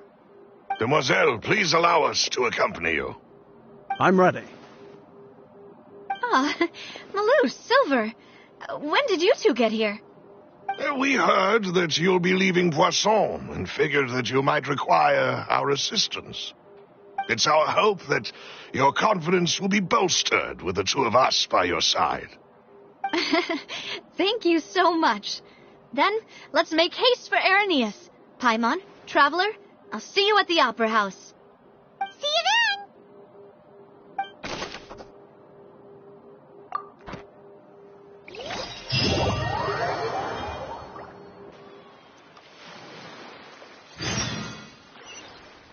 Now that Navia has set out for Irenaeus, we should also get going.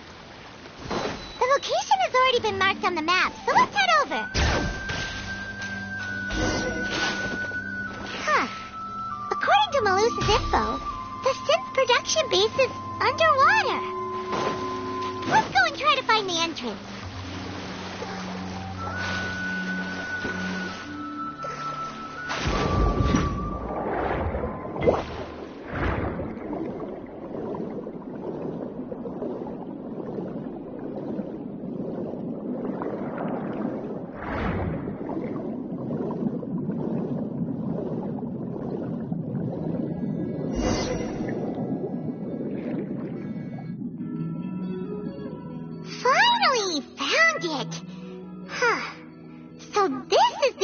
That leads to the synth production base. It sure doesn't seem out of the ordinary. Ah, you're right. An important place like this is bound to have a ton of protective measures and mechanisms. Navia's probably arguing up a storm right now to stall for us.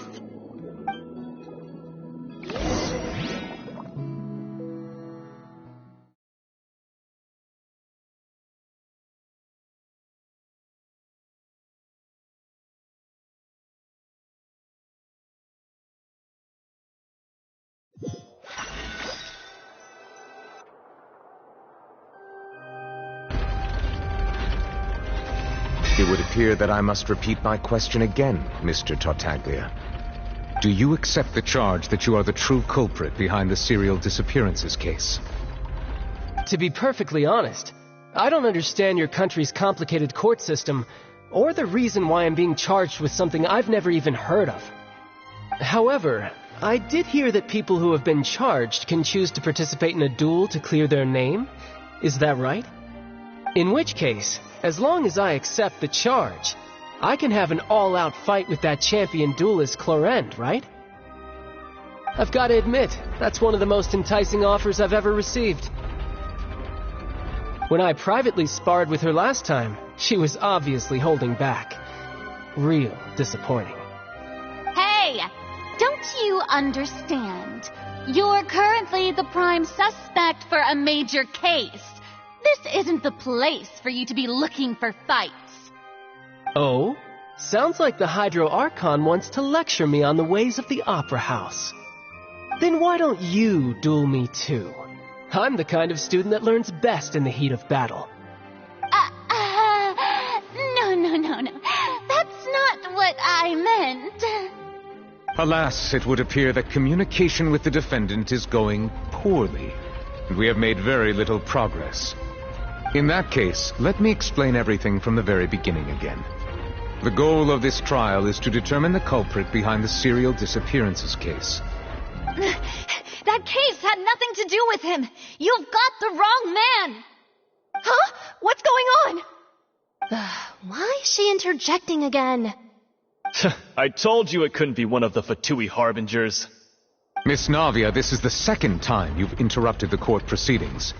I only tolerated your behavior last time because you were able to provide the court with a key eyewitness. But that was an exception rather than standard court protocol. I can very well charge you with contempt of court for your interjections. Oh, please. Did you ever think I had any respect for this place's pointless theatrics?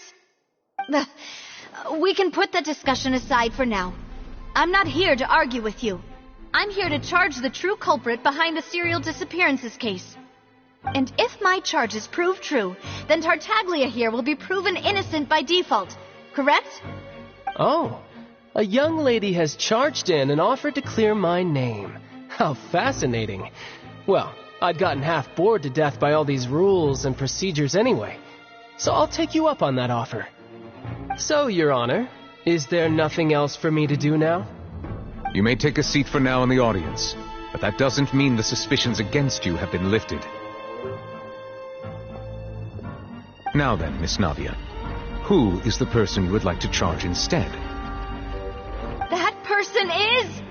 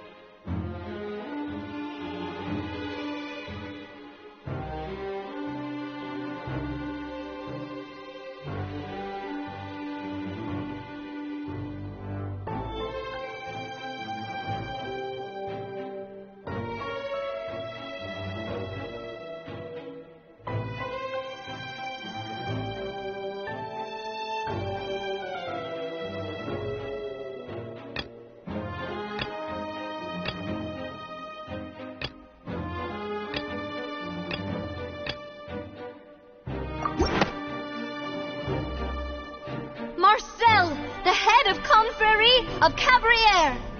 Huh? What confrérie? Never heard of them in my life. I've heard of them, but weren't they Spina di Rosula's sister organization? Oh, is this going to be a friends to enemies type situation? Please let me remind you, Miss Navia, that charging someone is an incredibly serious matter. Committing to the charge also means taking on the legal responsibilities associated with it. And if the charge fails, depending on the circumstances, you may also be charged with the crime of making a false accusation. Knowing this, do you still wish to charge this man? Yes, I do. In that case, I declare the charge to be valid. Miss Navia and attorneys, please take your places on the court. Members of the guards, please contact Mr. Marcel right away so that he may stand trial.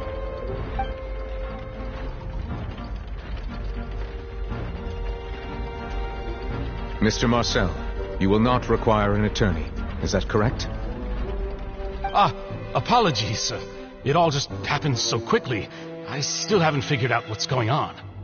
I think an attorney won't be necessary. This is probably just a misunderstanding between me and Navia. Very well. In that case, since both sides have now arrived, Miss Navia, please present your charges. I would like to take everyone back to 3 years ago, to the case of Callus the Unfaithful. Only through elucidating what really happened in that case can we connect all the dots for the serial disappearances case. Navia, do you really think that I was the one who killed your father? Come on, why would I do that? Callus was my benefactor, and remember, both you and I only ran to the scene when we heard the sound of a gun. If that's enough to make me a suspect, wouldn't that make everyone at that banquet a suspect as well? I think there's no point in getting into the specifics right now. The audience doesn't even have the big picture yet. Even I'm struggling to remember some details of that case. Exactly correct, Your Honor. I must refresh everyone's memory about that case before I can explain my charge and reasoning. I see. In which case, I will recount the findings about that case as originally recorded by Maison Gardiennage.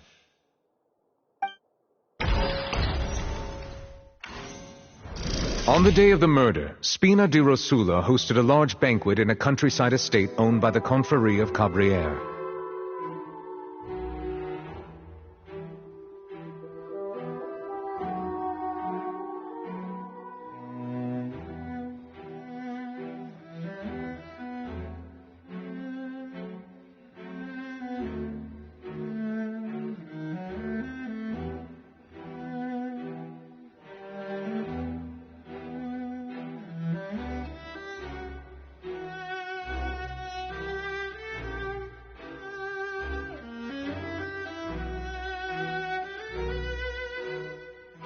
During the banquet, all attending guests heard 2 gunshots from the courtyard.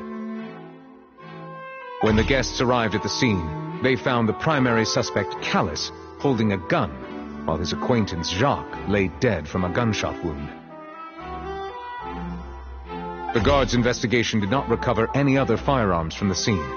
As a result, they concluded that the suspect's first shot must have missed, while the second must have taken Jacques' life.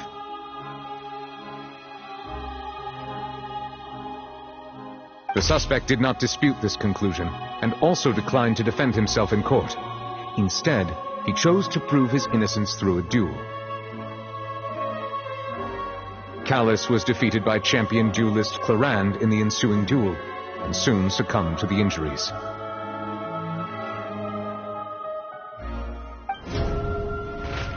These are the known facts about the case.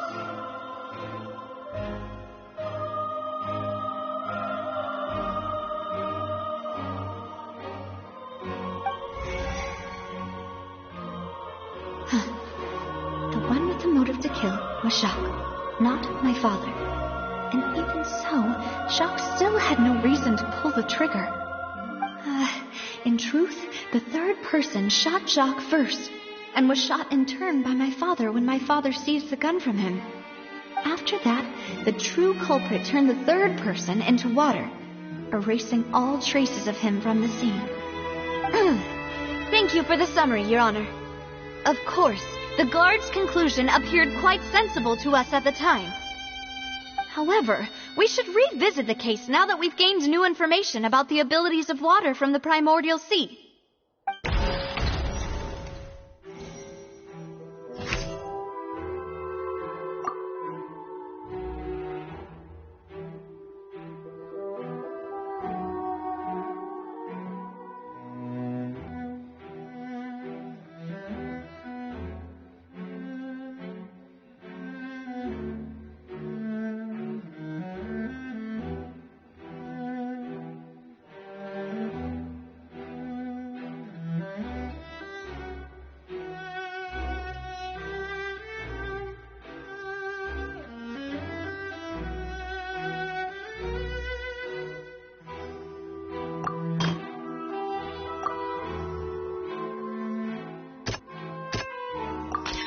The testimony of the victim's family confirms that Jacques had thoughts of assassinating Callus when he set out for the banquet. However, in the end he reconsidered, and instead shared everything with Callus, hoping to seek the latter's protection. Unfortunately for Jacques, the true culprit had already considered this possibility, and had sent out another assassin.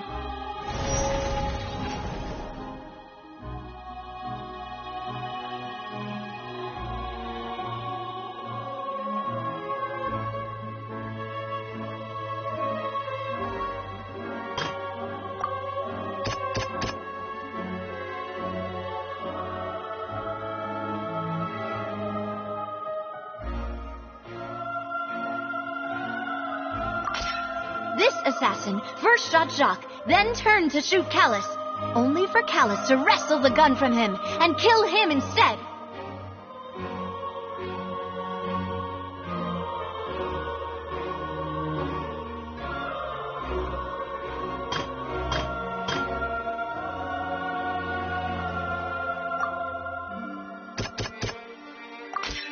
A pile of clothing was found at the scene. The guards once believed they were used by Jacques as a costume to disguise himself. But now it is clear that the clothes were proof that there was a third person at the scene, and that they were turned into water after committing the murder. Since it was raining that day, the culprit was confident that they could use the rain to wash away all traces of their dissolved accomplice. Realizing this, the true culprit caused the hired assassin to dissolve into water, leading everyone to believe Callus was responsible for Jacques' murder. This is the true version of events.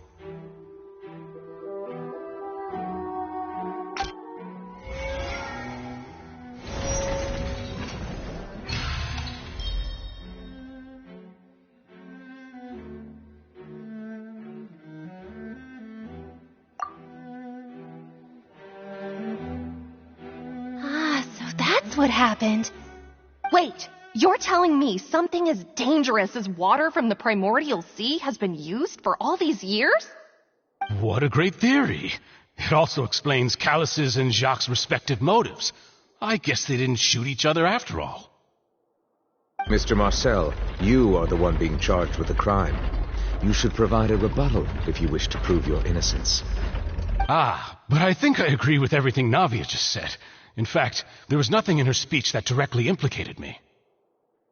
Then, may I ask some questions? In my opinion, we primarily need to determine two things.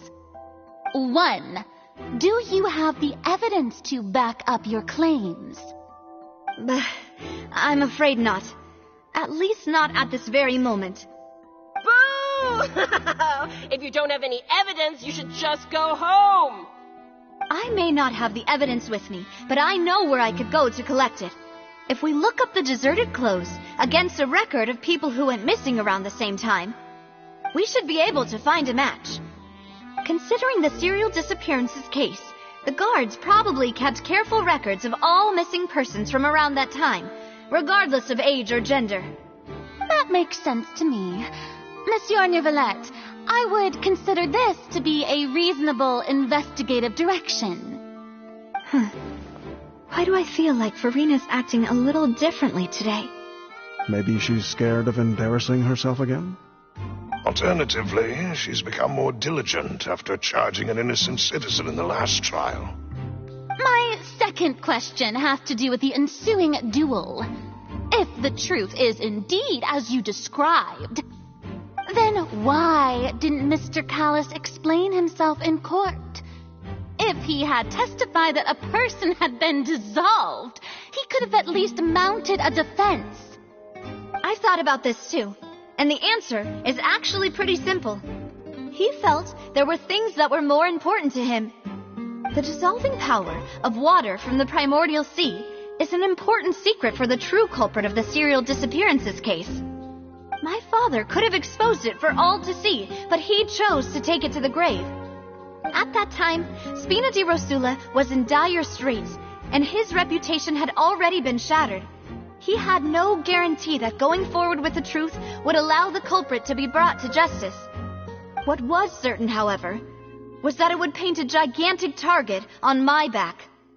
Boss once told me that Demoiselle had already been selected as the next target of the serial disappearances case. What?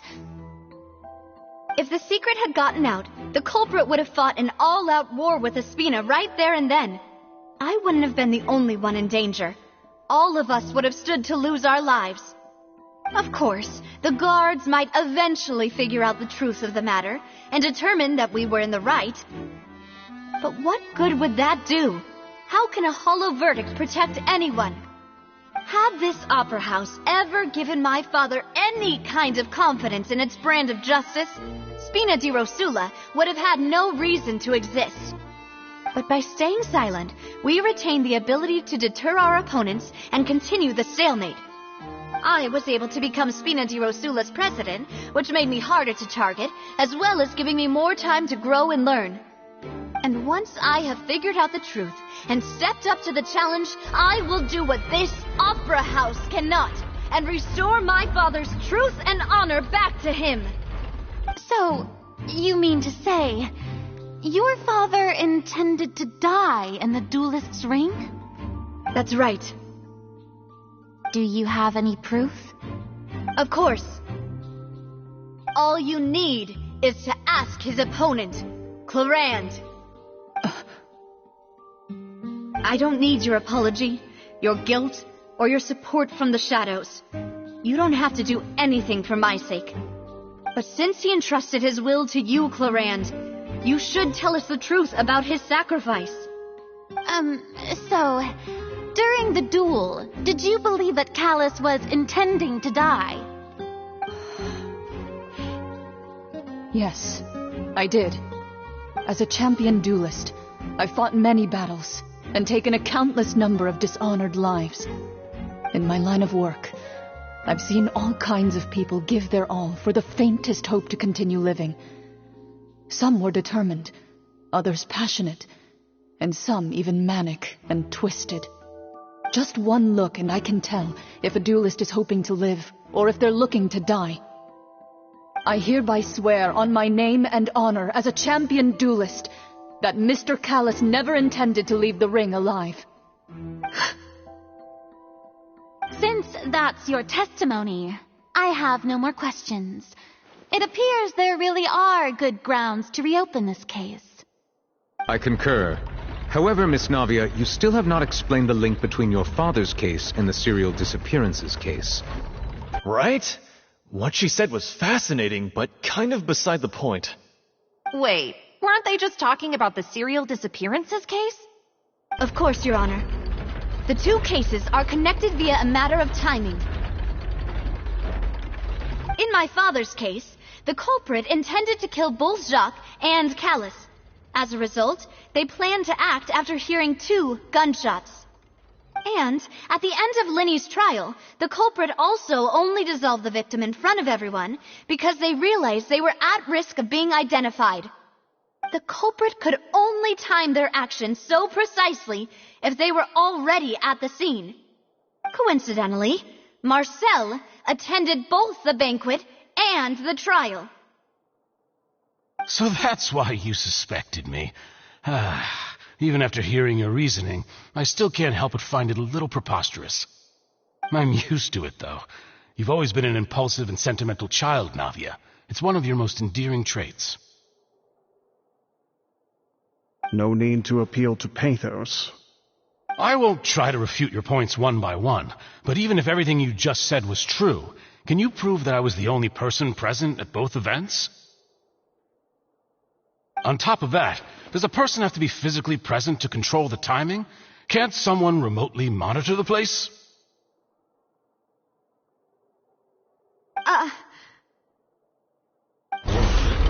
Know what she can say to that. I know that even with that, you might still think you can reduce the list of suspects with some further investigations until I'm the only one left on the list. Alas, who won't feel at least a little hurt by an accusation of murder from a girl you see as your own daughter? But if I were to dismiss this completely, you'd also think I'm not being considerate of your feelings. Ah well, let Uncle Marcel teach you another lesson. Do you know what the biggest flaw in your reasoning is? I suppose you're gonna tell me anyways. It's timing again.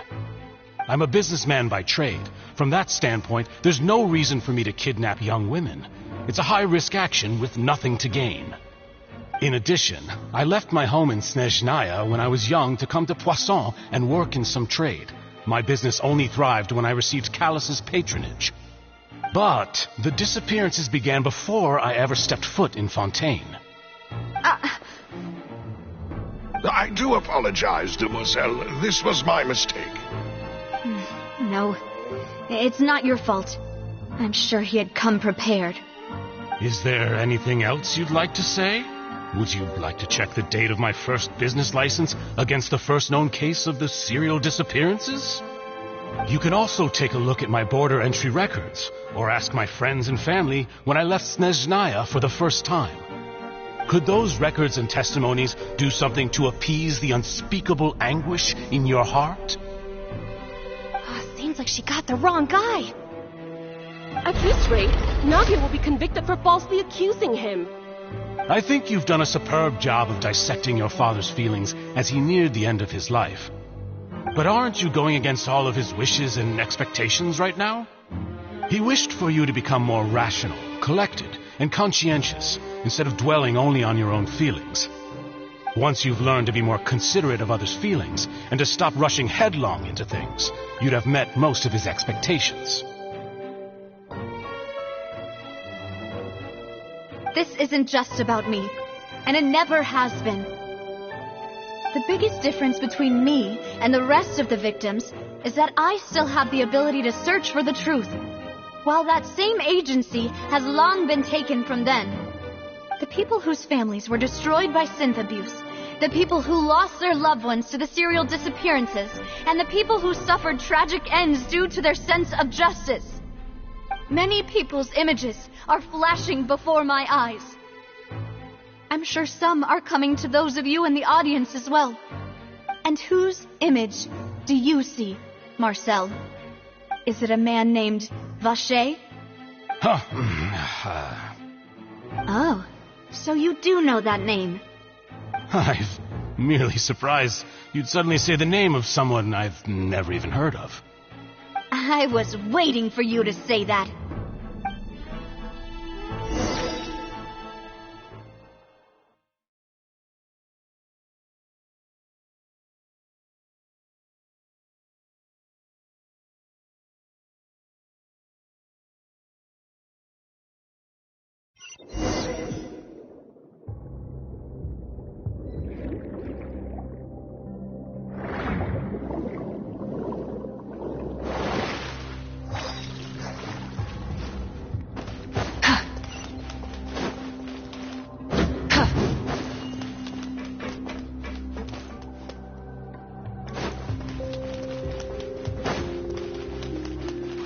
Rise with the sun!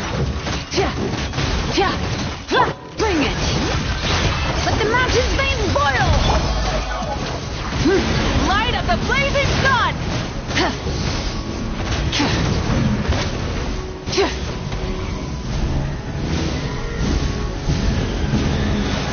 Incinerate!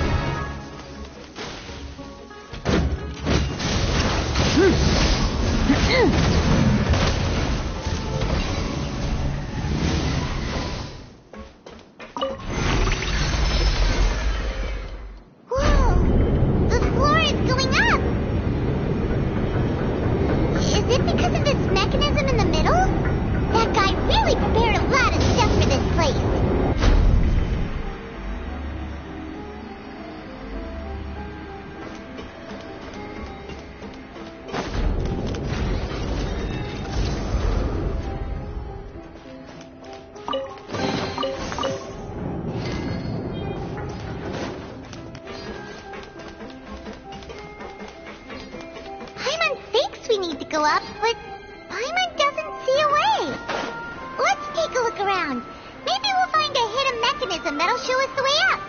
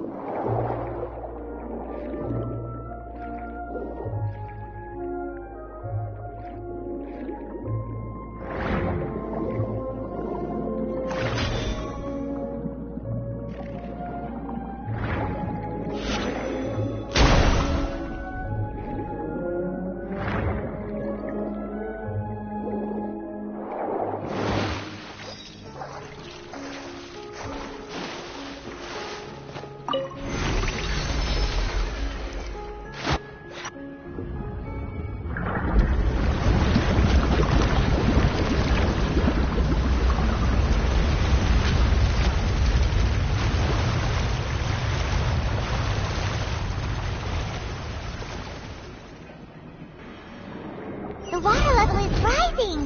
Now we can swim to the top. But this is still a ways away from where we need to go.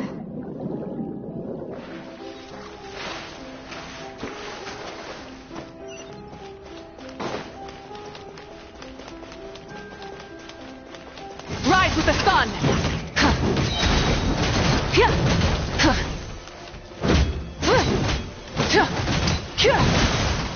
Pyroclastic surge!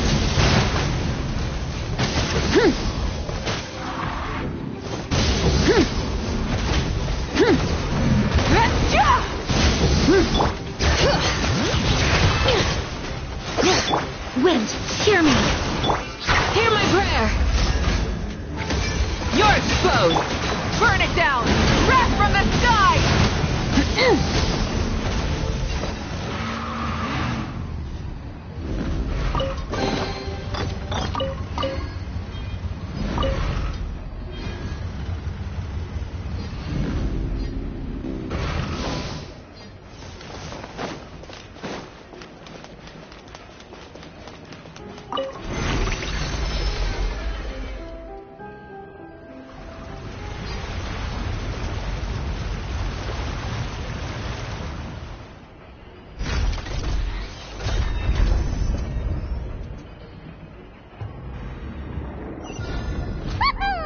Now the path is clear! Let's go!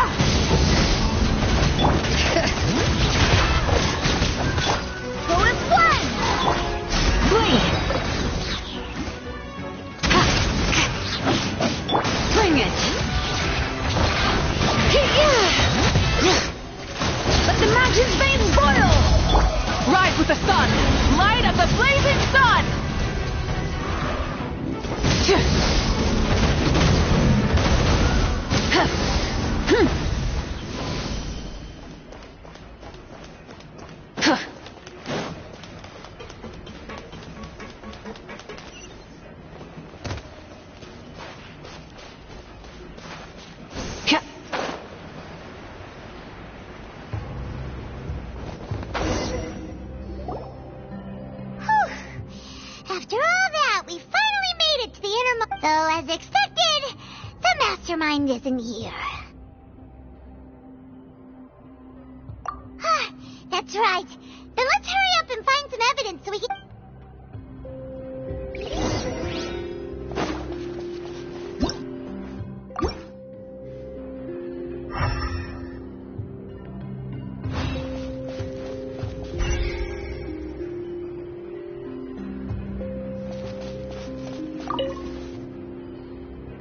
What's all this?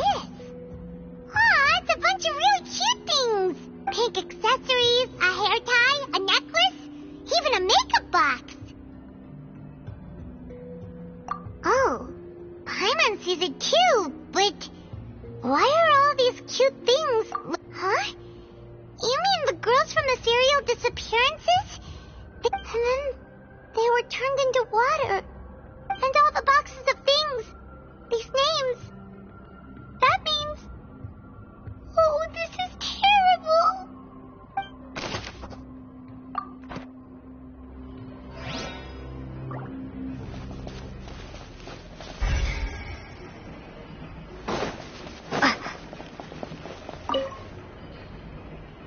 Oh, look!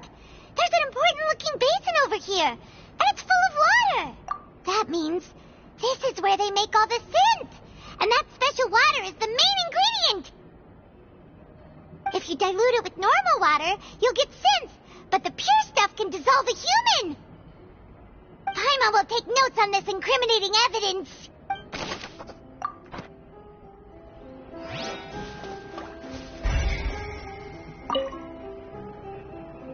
Let's see what's written here. Nothing escapes Detective Paimon's eyes. Callus. Navia's father. Oh, this seems to be an investigation report. Yep, it's about finding third person, right? We still have not determined the exact content of key information Callus has passed on to certain members. The old dog's a real menace to deal with. Even if he abides by it, he can act whenever he wants to make our lives miserable. The only option left is to I concur. Let's send someone to kill him. He won't declare war as long as we don't touch Navia. Oh, seems like we've got a bunch of correspondence between the higher-ups. They're all just so evil.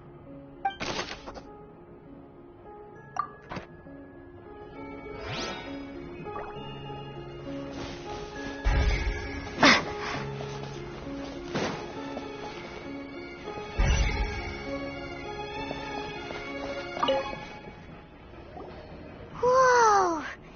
There's so much synth here! And so many bottles of ingredients that probably just contain the waters of the primordial sea. Mixing in progress. Ready to drink? Stock sample? Huh. They've also got all the synths pretty clearly labeled. Whoa! There's even fruit-flavored synths?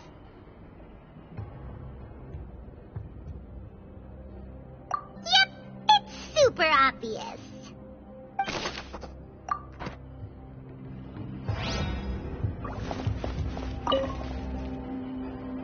What's this over here?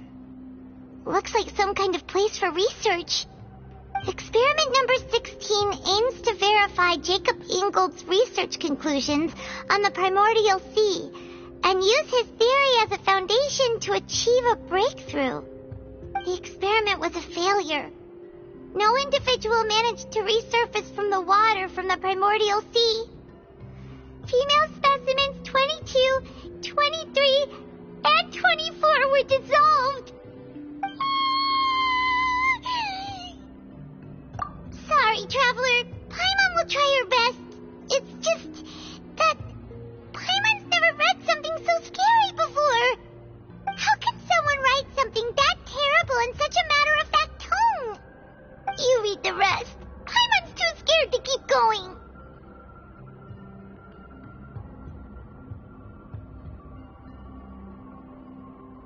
So that's why he did all of these experiments. Wait, did he really think he'd be able to find a way just by dissolving people over and over? That's just insane! Huh? Isn't that the name you heard by the fountain? Paimon thought he was an eyewitness in the serial disappearances case.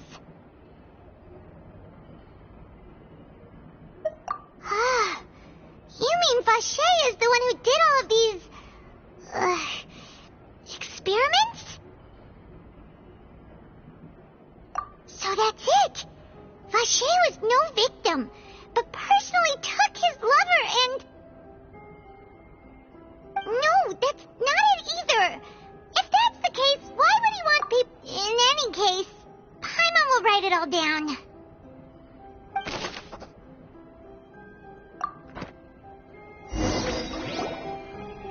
We've looked at almost everything here, and it seems like our theories were... Yeah, we haven't found anything that reveals his true identity. No wonder even Neuvillette wasn't able to find anything. Whoever it is probably destroyed everything to do with that name a long time ago. That way, even if we bring all this back to the opera, we won't be able to identify the true culprit. Sure thing. Paimon won't admit defeat to this guy.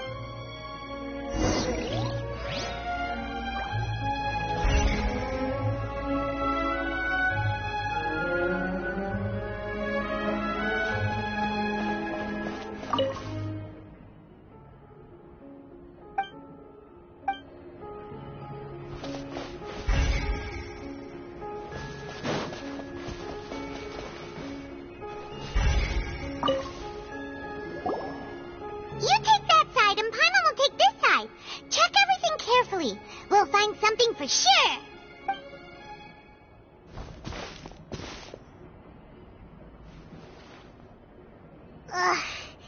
Nothing at all. And Paimon can't even find snacks either.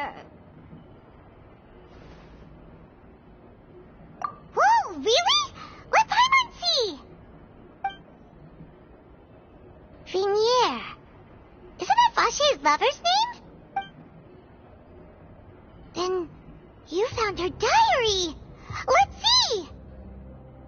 Aw, it's just a normal diary chronicling their love story. She was so sweet, too. So many! A whole page's worth! But they're all crossed out. The final name she decided on, Marcel. Wait, but Marcel's pretty old. Has this case been going on for so long that he's Vache and Vignier's grown son? Hey! Paimon still hasn't figured it out yet.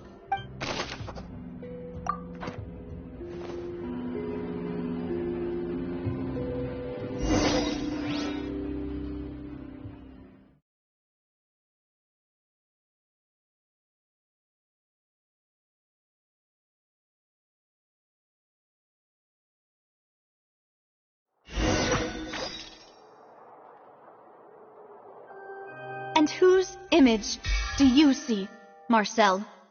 Is it a man named Vache? Oh, so you do know that name. I'm merely surprised you'd suddenly say the name of someone I've never even heard of. I was waiting for you to say that. Navia! We're back! As expected of my partner. I just knew you'd return in the nick of time. Just how often do you intend to flout the rules of this court? It's all right, Monsieur Nervalette. Given their confidence, I expect they've found the crucial evidence.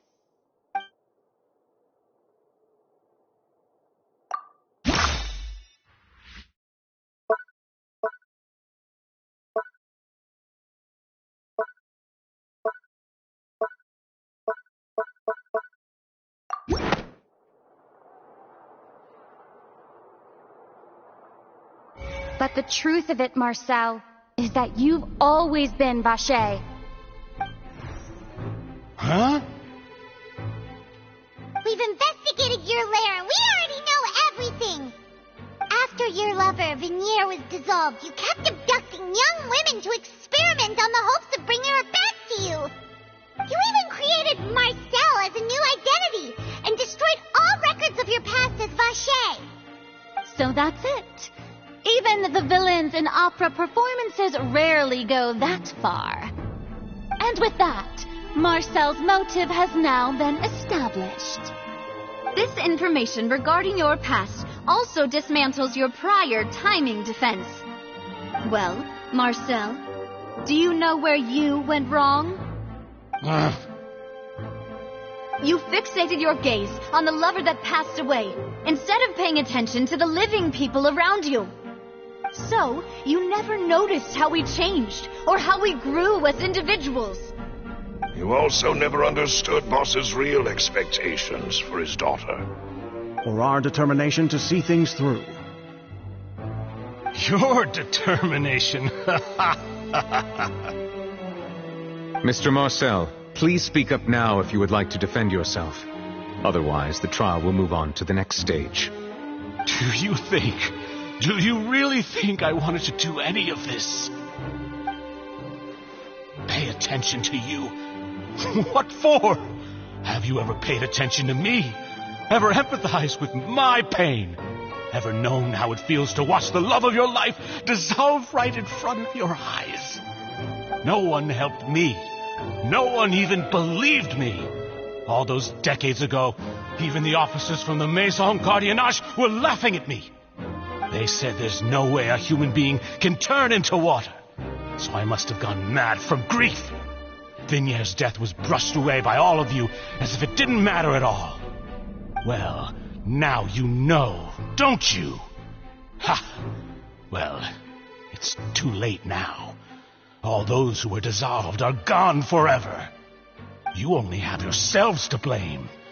You set up this ornate opera house in pursuit of your so-called justice, your beloved drama, while turning a blind eye to the suffering of the people. Vignier is dead. We promised each other that we would always be together. Wherever she goes, I will follow. but I'm not from this blasted place. So I can't be dissolved, no matter what I do. Hey, is that water from the primordial sea that he's drinking? I can't dissolve! Can't dissolve! Can't dissolve! Do you all see? I can't go! I can't follow! So if I can't go where she is, what choice do I have but to try to bring her back? I did all of that, and in the end, that accursed Callus still got the better of me. I spent my entire life living on pins and needles, only to get stabbed by his idiot daughter at the very end. The suspect is exhibiting signs of mental distress. Guards, please restrain him. Don't touch me! Don't anybody come near me! I still need to save Vignier. A promise. We made a promise. Vignier! Please, Vignier, don't think badly of me. All I want to do is fulfill our promise. At this point, the verdict of this trial is clear. With Mr. Marcel's conviction, the charges against Mr. Tartaglia no longer have any basis. Fine by me. I was in a bad mood, but after a show like that, I'm actually feeling pretty good. Traveler, please submit all the evidence you have collected to the guards, so that I might review and summarize the truth behind the serial disappearances case. The man now known as Marcel was originally named Vacher and worked as an adventurer with his partner and lover Vignier. During an underwater expedition, Vignier accidentally came into contact with water from the primordial sea and was dissolved in front of Vacher as a result. Vacher learned of the primordial water's existence through the work of others and began to kidnap young women for research, with the goal of discovering a method to restore Vignier back to life. To cover his tracks, he invented the new alias of Marcel and began to operate a business in Poisson. During the course of his research, Vacher discovered that a diluted concoction of water from the primordial sea can induce feelings of euphoria, and began to manufacture and market synth. However, as he accumulated wealth to fund his continued research and expanded the scope, he came into conflict with Spina di Rosula. After exchanging blows with Spina di Rosula for many years, Vacher decided to assassinate their president Callus at a banquet.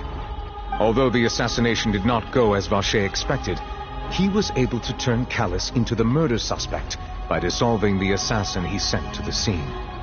And just recently, Vacher attempted to frame Linny as the culprit of the serial disappearances case, using a similar method. However, his attempt to frame Linny failed, and the power of water from the primordial sea became public knowledge. This case also exposed enough of Vacher's machinations that he was eventually successfully charged in court. Thus concludes the enigmatic history of the serial disappearances case, with the truth revealed to all.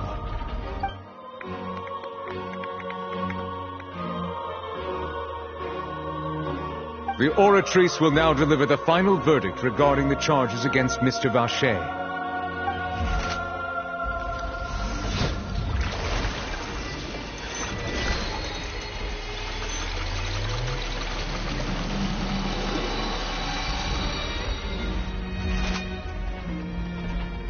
According to the judgment of the Oratrice Mécanique d'Analyse Cardinale, Mr. Vacher is guilty.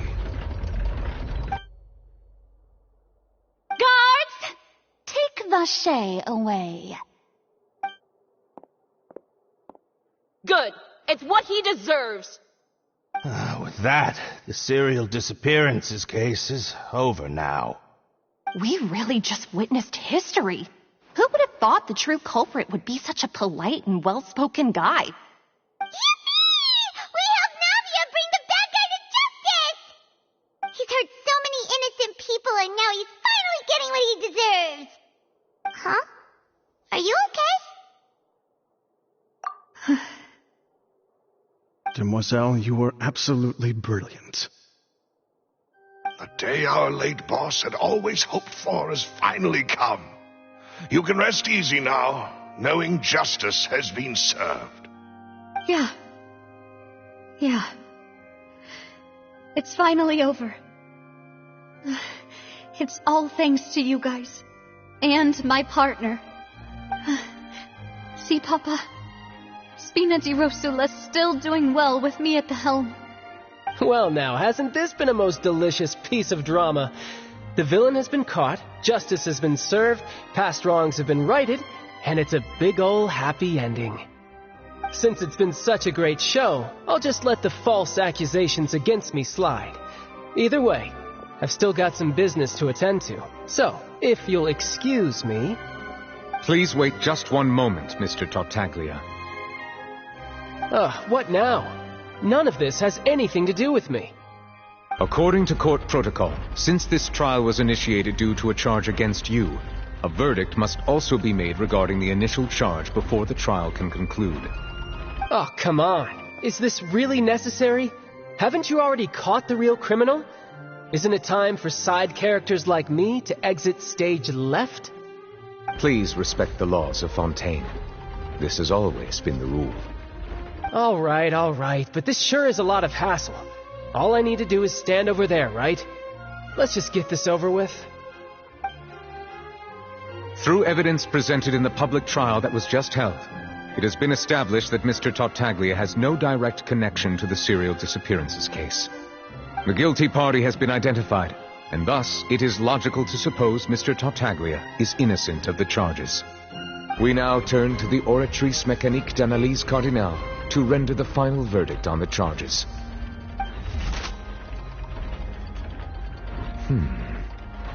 According to the judgment of the Oratrice Mécanique d'Analyse Cardinale, Mr. Tartaglia is guilty. What? Hey! That's not funny!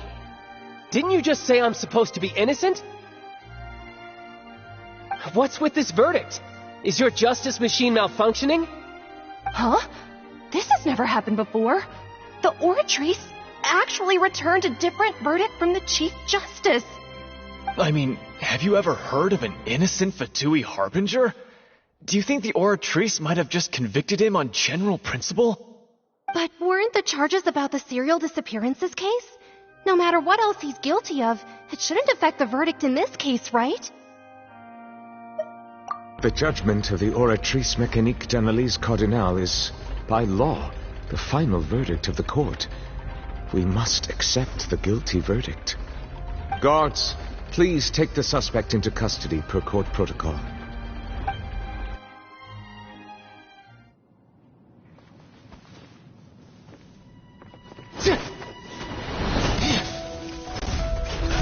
So this is how justice is done in Fontaine. What a joke. You've got your rules. Well, I've got mine too!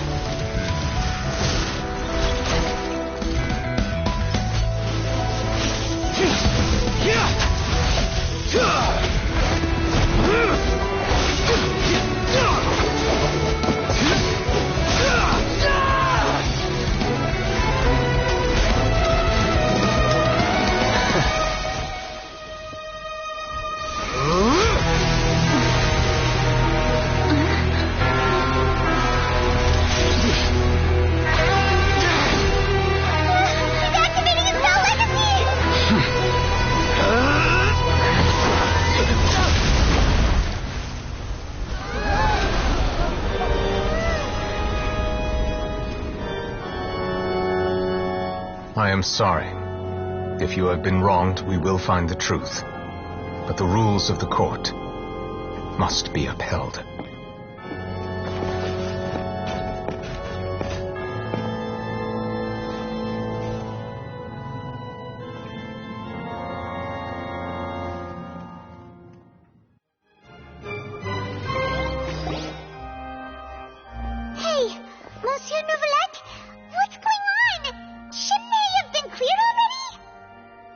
Apologies.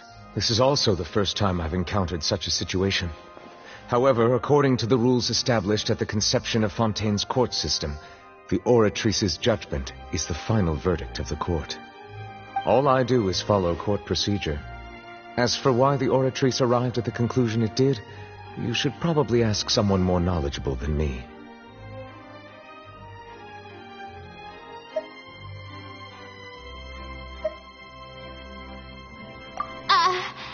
Why are you looking at me? I had nothing to do with it! I don't know what happened there either! Hey, stop staring at me! What does Lady Farina mean by that?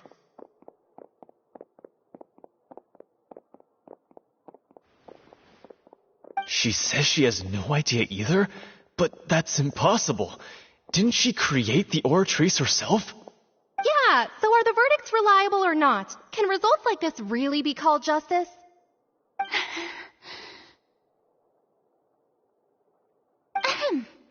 My dearest citizens, did you really think we'd allow an incorrect verdict to be handed out in this court? Did you really believe that the judgment could be mistaken or be the result of some sort of random mishap? Don't tell me you thought even I had been blindsided by the Oratrice's result.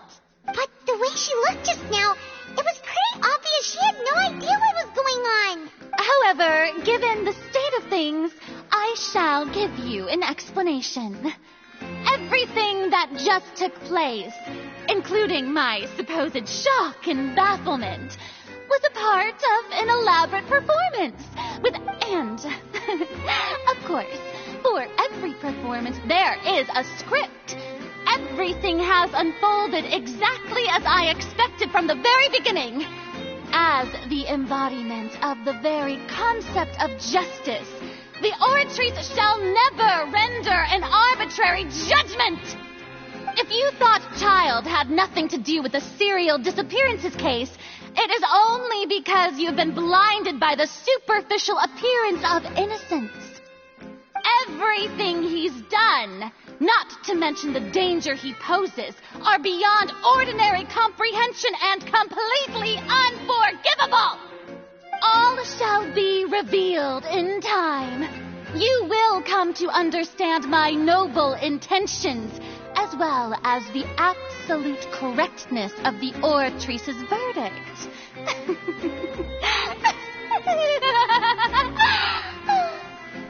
Now, having said that, although I hate to leave things hanging in suspense, it is now time for this performance to end. As the lead actress, I shall be the first to take my leave. Toodaloo! So she chose to make her escape after all, did she? So you're saying we shouldn't put much stock into what she just said? She probably just put on that performance to save face. As for the truth, it's unlikely that she actually has any idea. However, please be assured that I will continue to investigate this case in a personal capacity.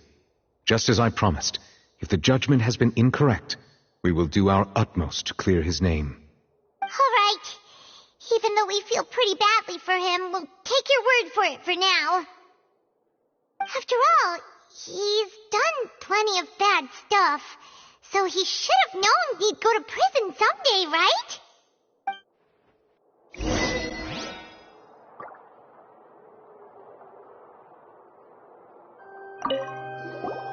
Oh, Monsieur Neuvillette! That power you showed when you took him down. Who are you really? I'm the Chief Justice of Fontaine, of course. If officers of the law lack the strength and capability to enforce it, then it makes a mockery of justice.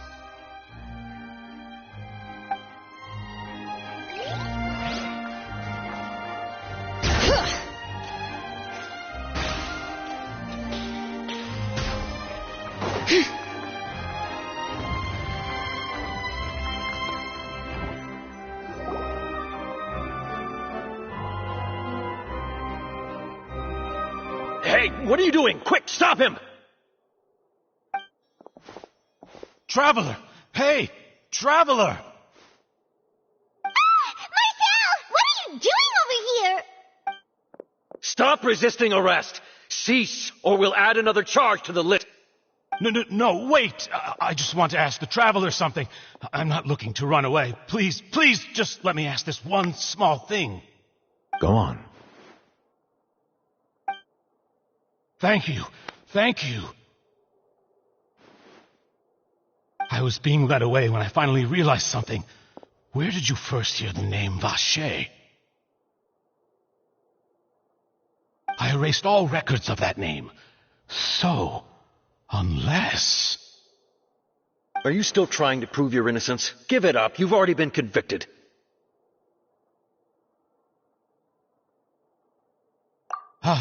Really? You did? You're sure? You met her? But how could that be? How did you manage to do it? The Fountain of Lucine? Then she's been so close to me all along. And I just never... Please give me a chance to talk to her again. Just let the Traveler take me to the fountain to see her one last time. This is the last request I'll ever make in my life. You can do whatever you want to me afterwards. I don't care. What? Give an inch and you want to take a mile? Do you think serial killers get to make requests like that? Paimon agrees. Why should we give him what he wants when he's only done a ton of super terrible things? This request, is it worth as much to you as your life? Of course! Wait, no.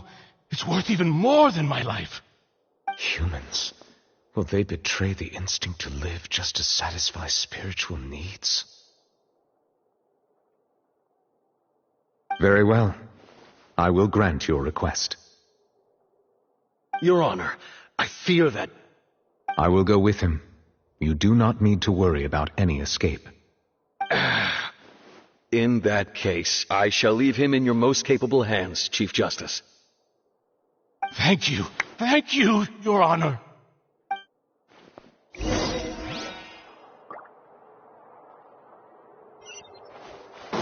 Bring it!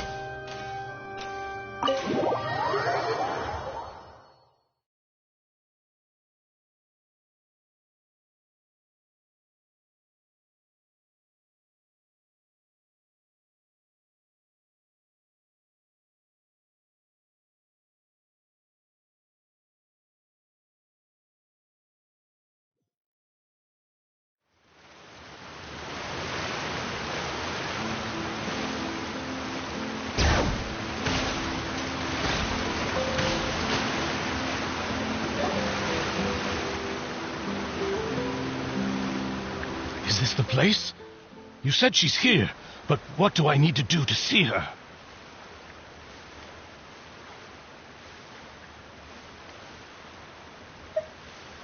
Yeah, and even Paimon could hear her after drinking that thing. Didn't you just drink a lot of it on the stage as well? Oh, and that... Vacher! Ah! Yes, that's it. So you heard it too. Vignier, it's me! It's me, Vacher! Vacher? Vacher! I'm here! Where are you, Vignier? I'm coming for you. I'm finally here for you. Hey, wait! Be careful! Hey, wait!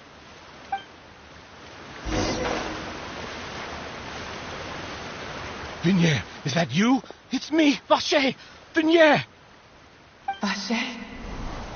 Why did you come? Didn't I say? You don't need to look for me. You look a lot older than I remember. How long has it been? It's been more than 20 years. I've suffered for over 20 years since the day you left. All this time, only the thought of bringing you back has kept me alive. Nothing else mattered to me. I must be dreaming. Who would have thought I'd get the chance to tell you all of my feelings like this? Vignier, you are my everything. I really don't know how I could live without you. But Vacher, if you ask me, this world would be better off without you. What are you saying? If not for you, I would have finished my law degree and probably become a top-tier attorney one day. If not for you, I would have continued to pursue my love of the arts, and my works would have been displayed in the Palais Mermonia. If not for you, I would at least have been able to take care of my mother. And she would not have grown old and died alone, with nothing but the tears on her cheeks. It's all because of your selfishness, Vache. It's all because of you. You... Wait, you are not Vignier. Who are you? You're right. I am not Vignier. I am the sacrifices. Every woman who died by your hand, as our bodies dissolved, our consciousnesses flowed back to the primordial sea. Our thoughts circulated endlessly within the primordial sea, and we were no longer individuals. I'm Cressy. I'm Lemony. I'm Azine. The only one I am not is Vignier. Why? But then, where is Vignier? She doesn't want to see you anymore. Every tendril of her consciousness is avoiding you. This is what you get for your selfishness. Your selfishness robbed us of our lives and our futures. You said time and time again that you'd do any and everything for her. But did you ever consider whether she'd want to see you do the things that you did? If she would... You are a liar, a heartless murderer, and a cowardly narcissist. The only thing you are not is Vignier's beloved. From the moment your first victim died and her consciousness merged with Vignier's, she has had nothing but pure hatred for you.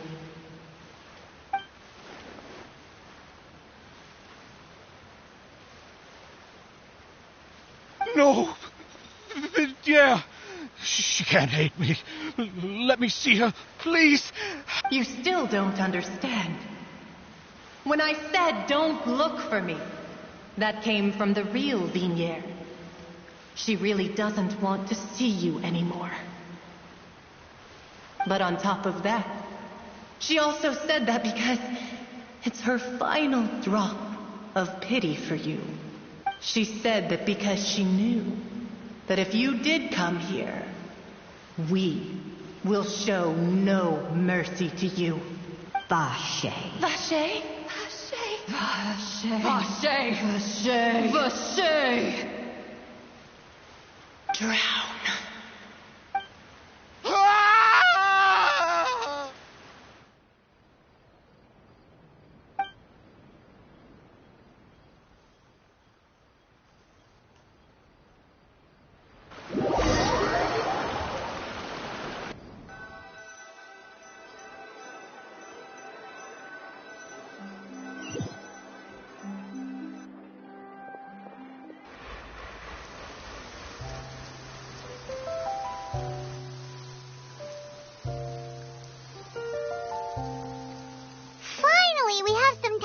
Shopping.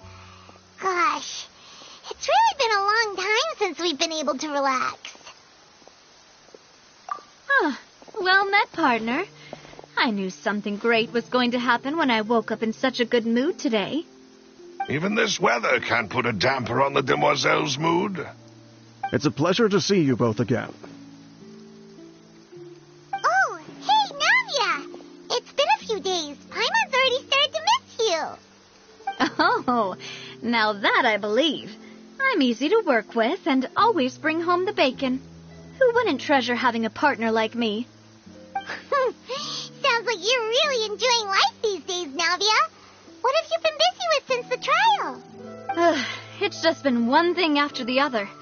I've been making non-stop trips between Poisson and the court since then. Everyone from Spina di Rosula organized a memorial for my father. We never held a memorial when he first died, since everyone knew that even if we held one back then. No, this time, though, everyone in Poisson, and even many people from the court, all attended.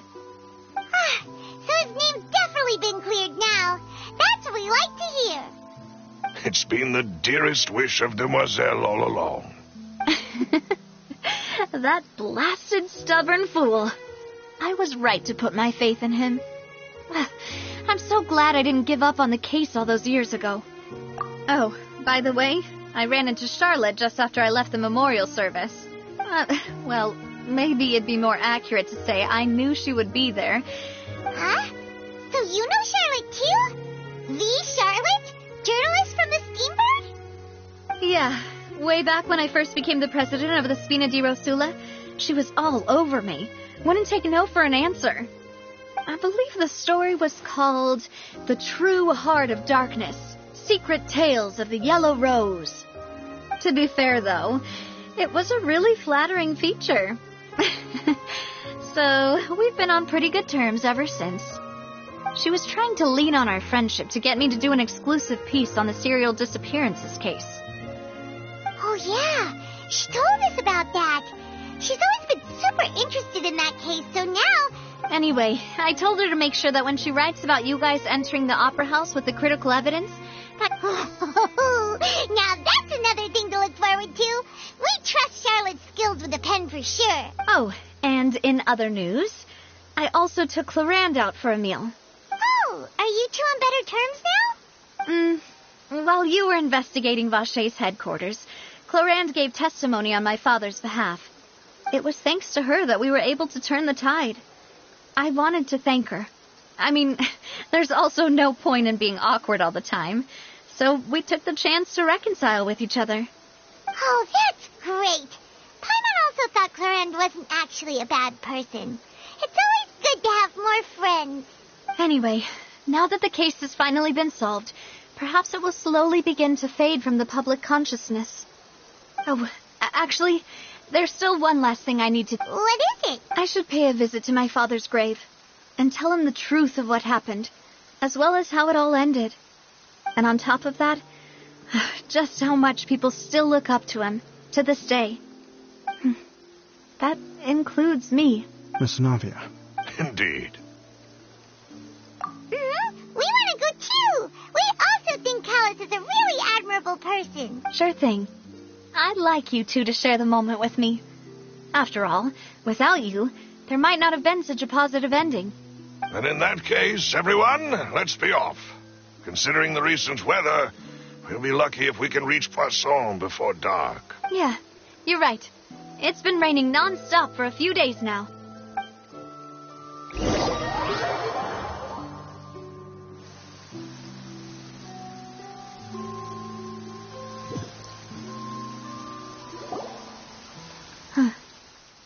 This is where my father's grave is.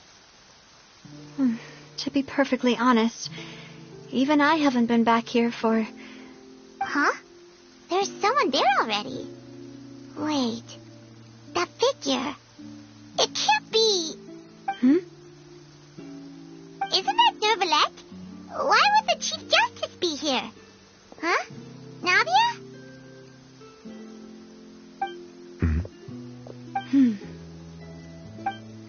My apologies. I should have asked before coming to pay my respects. Don't say that. Sorry about that. Oh, I was trying to say there's no need for you to apologize. I wanted to show my father how much I've grown, but still, I doubt I've grown to the point that even the Chief Justice would feel compelled to apologize to me over and over. In that case, I will stop apologizing for now. You really could use some pointers on understanding human emotions, Monsieur Neuvillette. In any case, why did you come to Poisson? Well, ever since that day, I've been turning a question over and over in my head. Just what is justice, anyway? There was once a time when I didn't want to believe that there could be anything more important to humans than life itself. Oh, rather than that, it's probably more truthful to say I didn't believe humans were capable of resisting the most basic instinct of living things. That they could rebel against their own nature, or consider certain things to be more important than their own lives. Which is also why I didn't stop your father from beginning that fateful duel. I believed that a truly innocent man would never throw away his life like that. That there was nothing, should have been nothing more important than one's own continued survival. But Mr. Callus proved me utterly and decisively wrong. If not for his sacrifice, the serial disappearances case would have remained unsolved to this day. Mr. Callus made the choice he did for his daughter, for his associates, and for many people completely unrelated to him. And in the end, from a certain perspective, one could say that he did it all for the sake of justice. A justice that's higher than life itself. So, you asked me why I came here. I just wanted to say my apologies to Mr. Callus in person. I should have noticed all of this much sooner. This regret has filled me with a sadness that has haunted me for days. That high and mighty chair in the opera Epiclese indeed insulates one from many important things. Spina di Rosula, thank you so much for your hard work and perseverance. I'm sorry for being mad at you before. So, you're actually one of those types that's cold on the outside, but pretty thoughtful on the inside, huh? That reminds me of Silver, one of my guys. Sorry about that. Self-expression is not one of my strong suits. Didn't I just say you don't need to apologize? Ah, so Navia and Neuvillette seem to have made their peace as well. Let's not disturb them for now. We can wait till after they're done.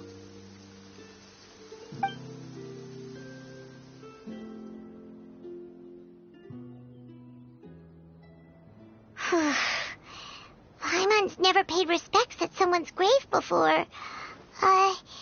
Did Paimon do anything rude there?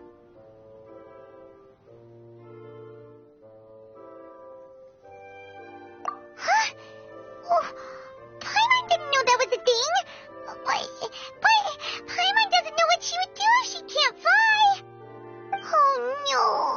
Paimon hopes Miss Navia won't be too mad. Anyway, Neuvillette is still standing around there. It's not often that we can catch him alone like this, so why don't we go talk to him for a bit? If we can't talk to Lady Farina, we can at least talk to him, right?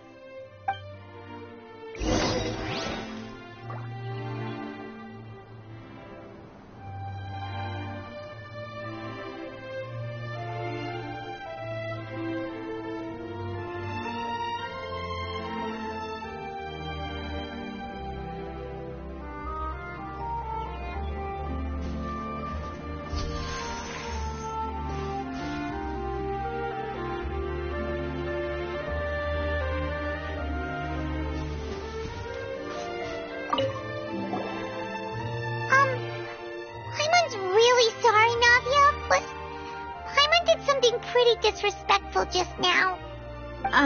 What are you saying, Paimon? I don't think I get it.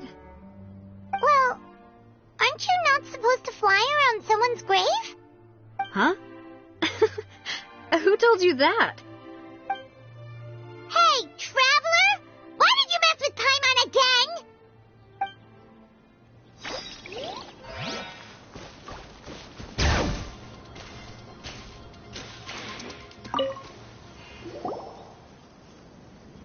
Oh, it's you two. Did Miss Navia invite you to come pay your respects to her father? Mm-hmm. We ran into Navia on the streets today, so we just followed her here. I see. Then is there something that I can help you with? Well, it's pretty hard to run into you like this, since you're usually super busy. So we figured we could try to ask you a few questions, if that's okay. Please feel free. Though outsiders, you helped us solve one of the greatest mysteries in Fontaine, and it would be my pleasure to return the favor.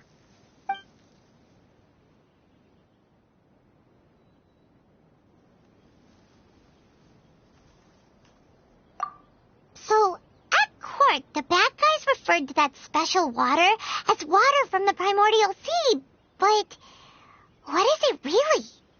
Truthfully, that name is already quite accurate. I can only surmise that Vache and his ilk only learned of its nature and existence after extensive research. There used to be a special sea on the surface of this planet. The nature of its seawater was rather different from that of the sea we know today. Most of Tevat's life forms were first born in that special sea. You could say it nurtured much of the life on this planet. Huh. So it really was where everything began. It makes sense to call it primordial then. But today, the primordial sea no longer exists on the planet's surface. What Vache discovered must have been some kind of special case, or a remnant from a truly ancient age. Huh. So that's how it is. Oh, you really know everything, Monsieur Neuvillette. But if that's the case, then why would people, at least people from Fontaine, dissolve in that kind of water? Indeed. Why would the primordial sea, which was known to engender and nurture life, suddenly reverse itself and devour life instead? To be frank, that also doesn't match my understanding of this world and its laws. There must still be some unknown secrets around the people of this land. Is there anything else you'd like to ask me about?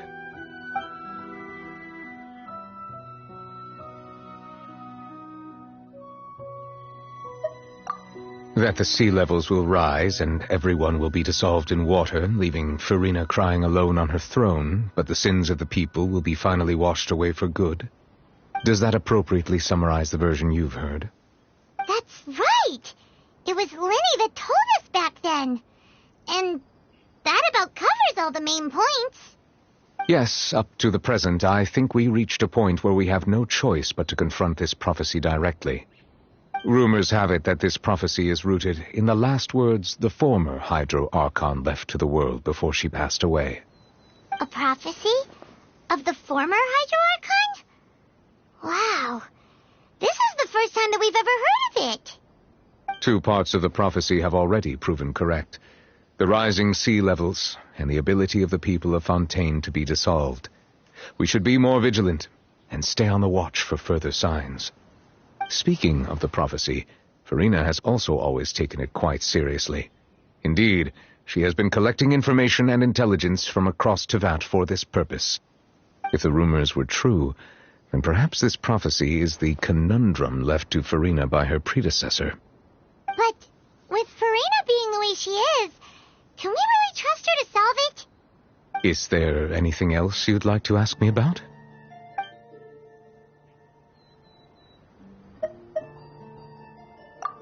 My apologies. My investigation has still not reached its conclusion. However, I still believe the judgment of the Oratrice was not rendered arbitrarily. Huh? But you also said you thought he was innocent.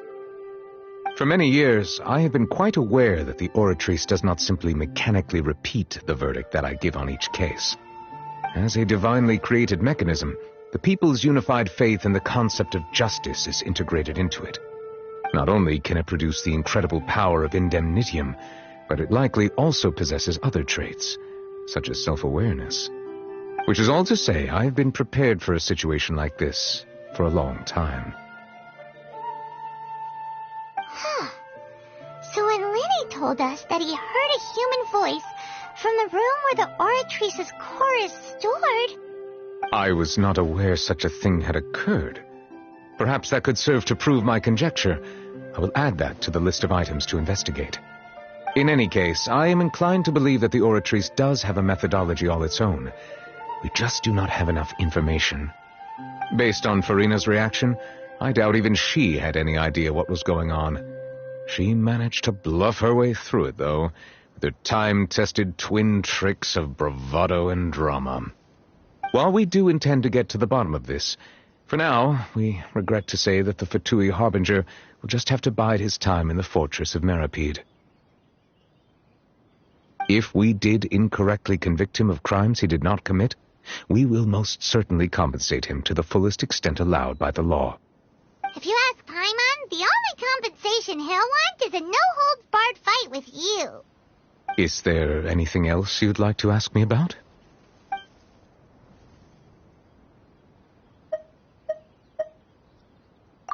Your sibling, another blonde-haired traveler. I'm sorry, but I've never seen anyone who matches that description. If he ever stepped foot in Fontaine, I'm sure he followed our laws to the letter, and had no reason to appear on the stage of the opera Epiclese. Is there anything else you'd like to ask me about?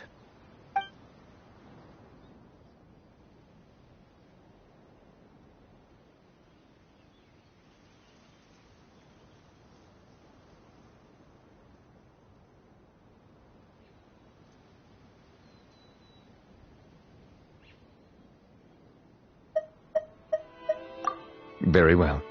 It was my honor to provide you with what answers I could. I very much enjoyed conversing with you. It will soon be time for me to leave this blissful tranquility behind and return to Palais Memornia.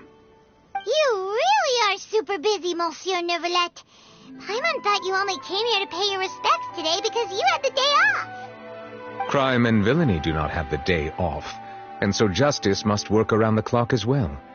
This is merely the nature of a justice's work. All right. You've got a point. Huh? Paimon just noticed that the rain has stopped.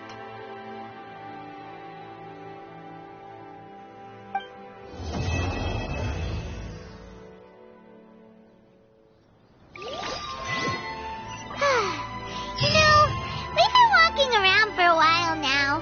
Why don't we go back to the Spina di Rosula base in the court of Fontaine and have a rest? Nadia said something about having a place ready for us there, didn't she? Come on, let's go!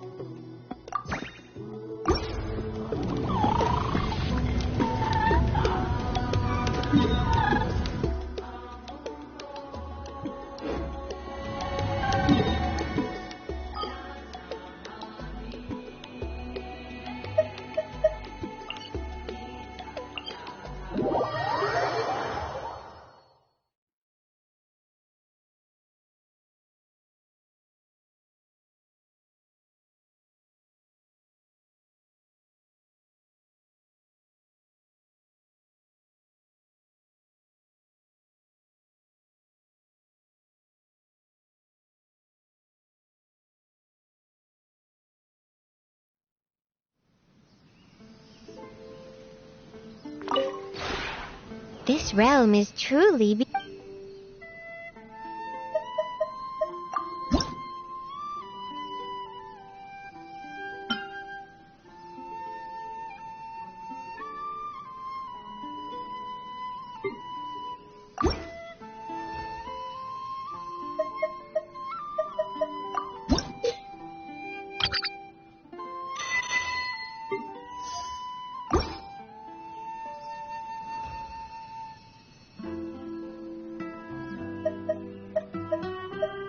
If you ever have...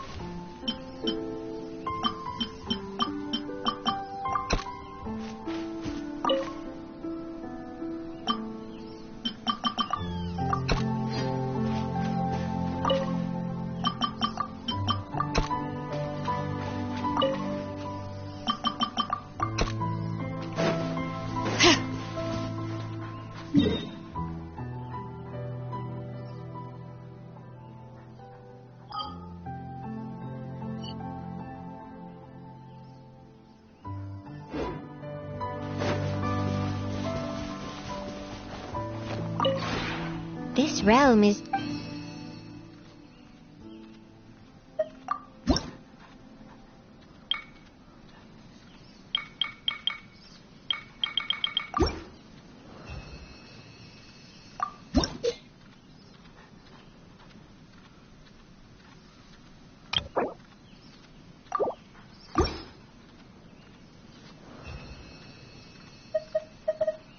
If you ever have...